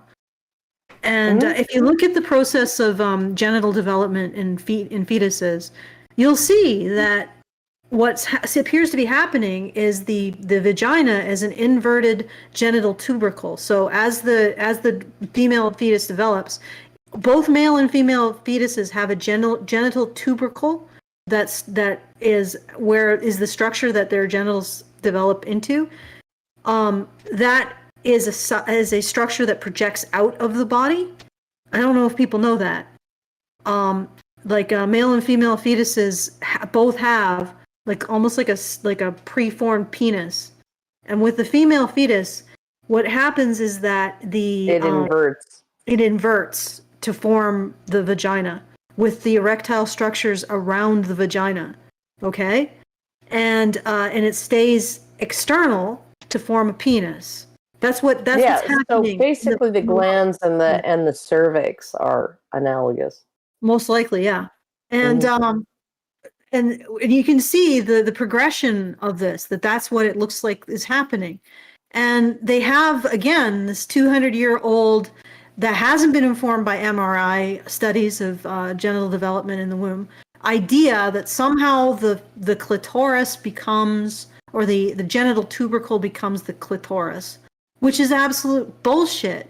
Like if the erectile structures of the penis and the vagina are, with the vagina they're internal, then that's obviously where they came from and where they went to. And it's just a bunch of bullshit that modern medicine is trying to push, and it's because they don't want to update their theories. Whoa, Alison. And modern medicine, that's the science. You're not supposed to go against the science.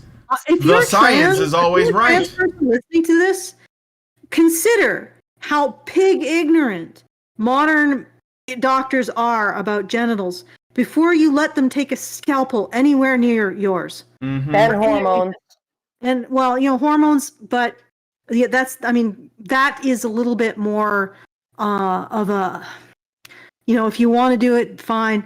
But genital surgery, these people don't know what the hell they're doing. Yeah. 100%. Doctors today, surgeons today do not understand human genitals. They don't. All right. It is now 5:43. I gotta finish this super chat. I didn't finish it. Okay, finish the super chat. All right, I got this one and one other, and I have a super chat. But okay, she blocked me. So this woman, he was trolling. I have also run across women that get offended by people using the word cunt. I ask them why does it offend them, and they basically go into this word salad that vaginas are sacred because birth and whatnot. But they have no issue using the word dick in a negative way. It's like they view vaginas as this holy or royal thing and penises as dirt. And because they're attached to men, that makes men lesser beings. That would make me want to delete myself. Oh, you know what he should tell people who object to the word cunt? First thing he should say is, if it was good enough for Chaucer, it's good enough for me. Yeah. And the second thing he should say is, it derives from the word quaint, which means many layered, enfolded mystery. Yeah, it's pretty neutral, isn't it? You know, you should call them a mewling quim instead. Like, you should call it a gash. Just get it over with and call it a gash. An axe wound. A hot pocket. A hot pocket. Pink taco. If you're lucky, it's pink. If you're lucky, it's pink. If you're not lucky, she's postmenopausal and it's getting dingy. Dingy? Yeah. Kind of brownish. Ew. It's just aging, people. All right.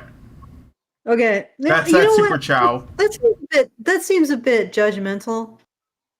Yeah. Yeah, no, the fact that you guys said ew, like there's 81-year-old women out there who are like, you know what? I'm happy with my private parts. I don't know why you gotta be so judgmental. I don't know. Well, you did say dingy. You didn't say brown. You said dingy. Dingy.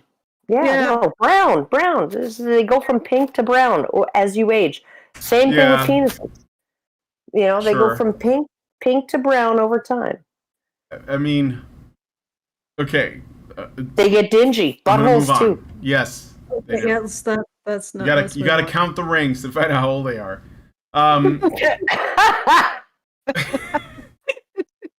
So I got another super chow from Nova Fan for $5.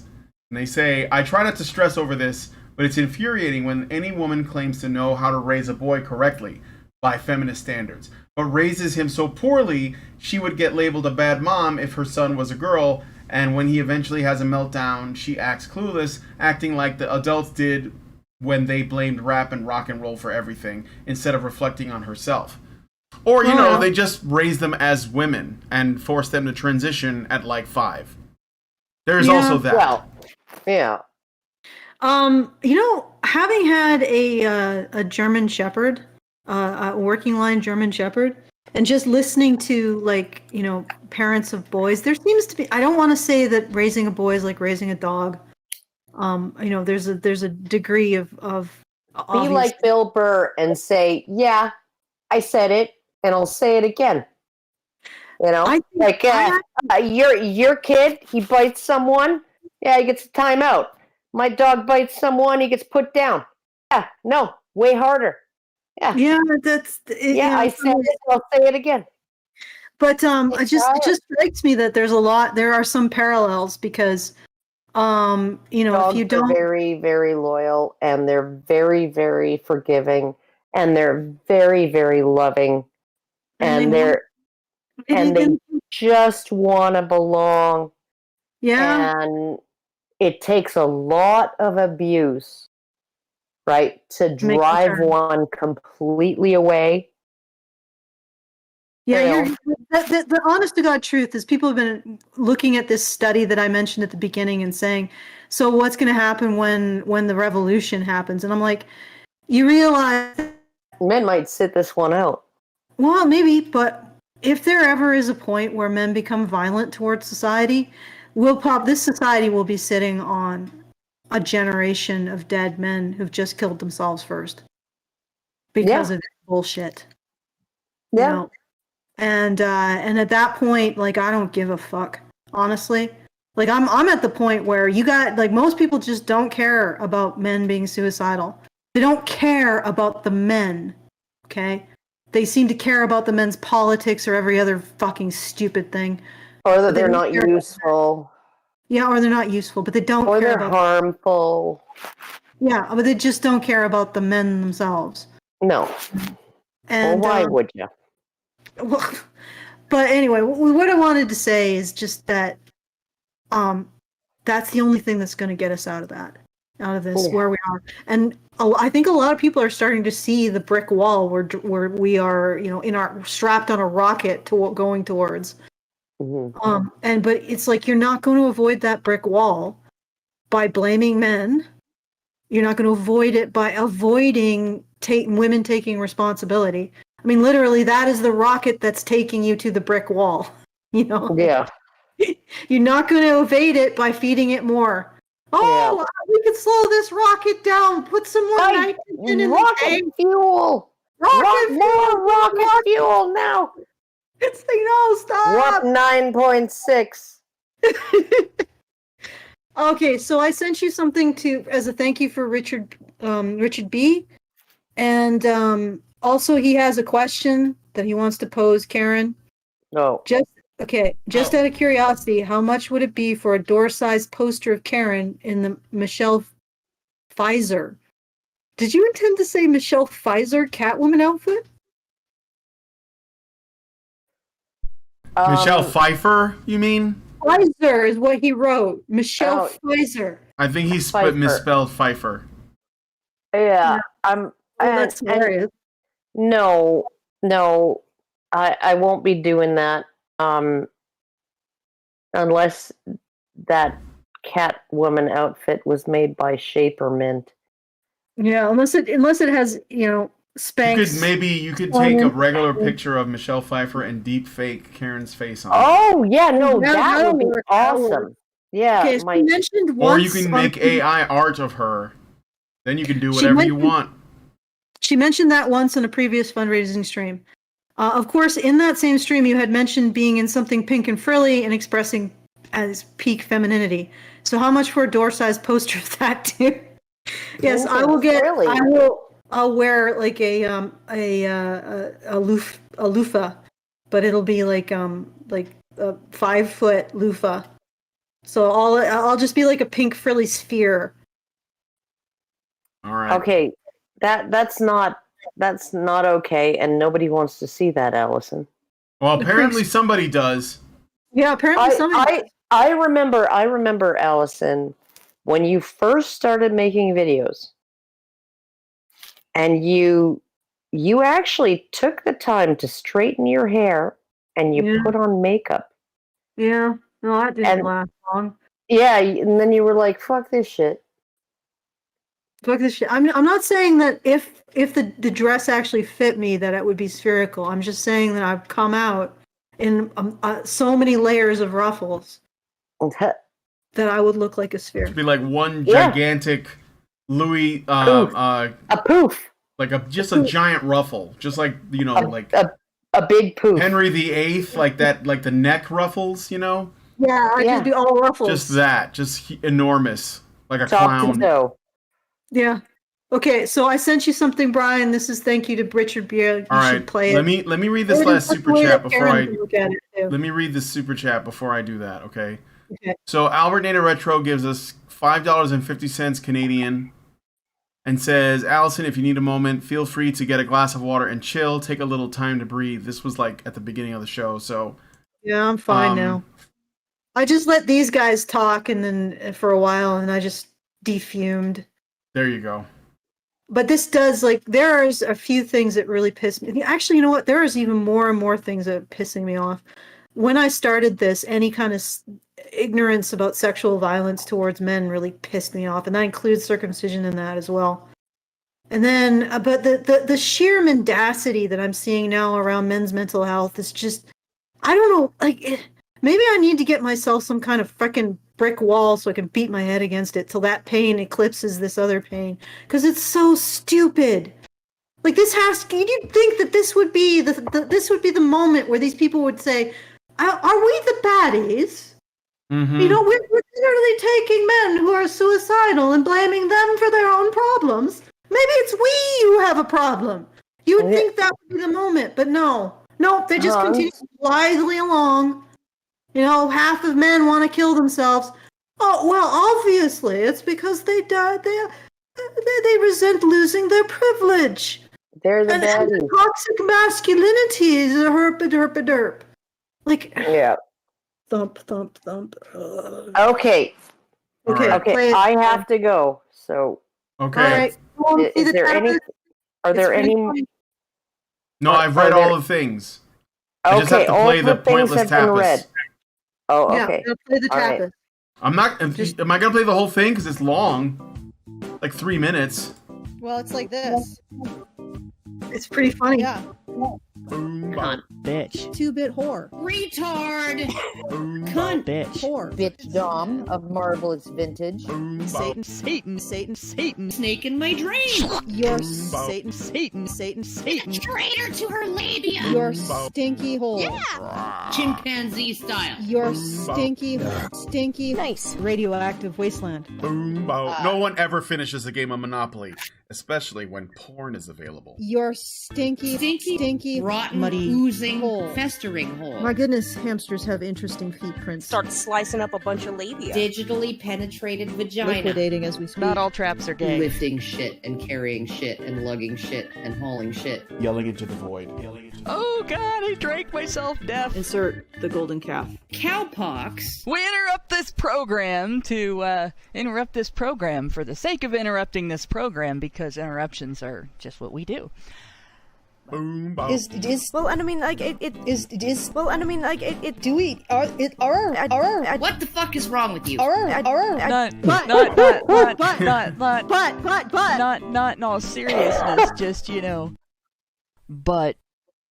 Wait, what? Wait, what? What? Wait, what? The buttless wonder. Do it. Push it through force of will. My mouth is raping me. Did you follow all that? Just listen. Just listen. On toilet paper. Big girl panties.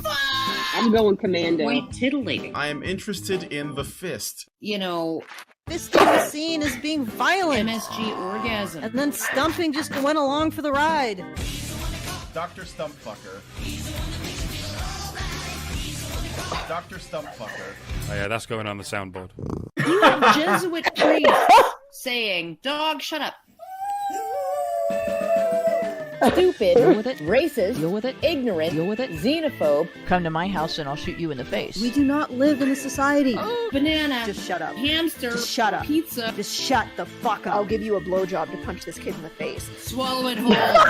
Dangerous predators lurking Jerking in off. the bushes. Jerking off. Sort of strangely sexy. All over Wait, me. what? 24/7. Wait, what? Only our academic institutions can save us. We're going in with the bombs. Kill blacks. Kill blacks. Yes, they did. What? Your mother's a demon. Shut your whore mouth. The Russians stole my fucking video. Soiled fucking Destroy woman. Mother Earth. Are men's movements a new form of terrorism? Mike, delete that. There you go, Richard. There's the Oh, tap. Jesus Christ.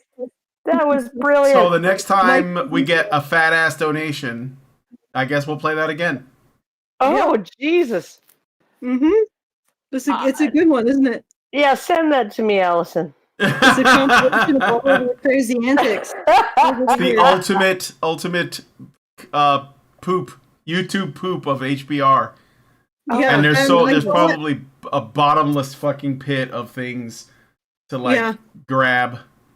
Yeah, sound bites. We're definitely good for the crazy ass sound bites. Let me tell you. Oh God, her labia. You don't say. Anyway. Yeah, don't say. Anyway. Okay, so we got 15 minutes in. I think we got the general gist of where this woman is going. Yeah, I mean, yeah, I think so. I mean, she probably. This is about as far as I got before I was like, okay, I'm done. And so I don't know what happens. I don't know if there's like a M. Night Shyamalan style plot twist at the end where she's like, actually, I lied about everything. Exactly what I wouldn't say. Yeah. Yeah. No, I might look at it a little bit later on and make a comment on her video. Yeah, Hannah did comment on this. I didn't realize this video is a year old, and I didn't learn about it until very recently. So. Oh dear. That's okay. I don't think much has changed in her mind. No, no. Like basically any MRA, and there's a plenty of people that either are followers of our channel or are men's rights activists in their own right. They left comments and she didn't respond to any of them. But if people left comments like, "Oh my God, so great," like, you know, just flattering the shit out of her, she'll reply to those. So it's not like she's not looking. Exactly the same mentality, exactly the opposite mentality of me. Like when people leave good, nice comments, I stare at them and I feel existential terror. I'm like, how do I respond to this? But when they leave a criticizing comment, I'm always like, I have to get in there and be like, no, you're wrong. I just take the complimentary comments in stride, and I'm just like, well, that's okay, you. well, no, like, okay, so you said I was right. Well, I knew that already, but I appreciate that, right? But I don't need to like freaking say anything. Mm-hmm. I only want to freaking argue or respond to people who are like, you're so full of shit, you know, and then I'm just like, yeah, no, I'm not. Yeah, here's how do we why. What is your full of shit metric? Yeah, I know. They never have a fucking argument. Up to your eyeballs. They never have an argument. They never have a justifiable or defensible position. They never have an argument. Once you actually try to engage them in the actual facts, right? Because they're like, "Oh, you're a cult member," or whatever, right? And it's like, I'll come with you, sweetie pie. Yeah, explain how, right? Point to one thing that I got wrong, right? I made this big long video or this big long blog post. Point to one thing that you know that I got wrong, right? Yeah. And they never do. They never do. Of course not. So, and that's what matters, is that we're right on the internet. Okay, so all right, go ahead, Karen. You got to go. So Alison, you can take us, do the things. All right. Well, at the end of the things. Thanks to Richard B. We're basically. Oh, also thank you to Hunzi who gave us $50. Thank you, Hunzi. Hunzi, thank you. Yeah. Good news, everyone. Right. So we are now $70 from our goal. Big thanks to Richard B. and everyone else, of course. Very much appreciated. And it was great to be able to play the tapas. I hope Karen obviously enjoyed it, and I think you enjoyed it, Brian. I think everybody. I've seen it before. Yeah, but it doesn't get old. I mean, I suppose you could let it get old. Well, I think like it's been a while, so you know it feels new. Feels new and fresh. Yeah, it feels fresh. Hilarious. But anyway, thank you. Big thanks to Richard B. Thanks to everybody else who helped out. There's $70 left on the fundraiser, so just a little bit left if you want to put a few shekels in the hat and get that over. Nice. Once again, that's at feedthebadger.com/support. And if you have any questions or commentary that you would like to send us, you can do so at feedthebadger.com/justthetip. We will endeavor to answer your questions and read your comments out in the next show. All right, back to you, Brian. Okay.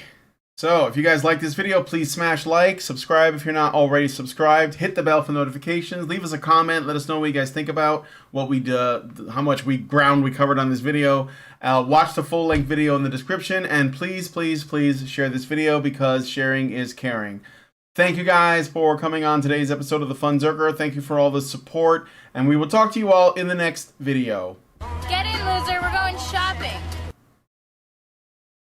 Men's rights activists are machines, dude. Okay? They are literal machines. They are talking point machines. They are impossible to fucking deal with, especially if you have like a couple dudes who have good memory on top of that too.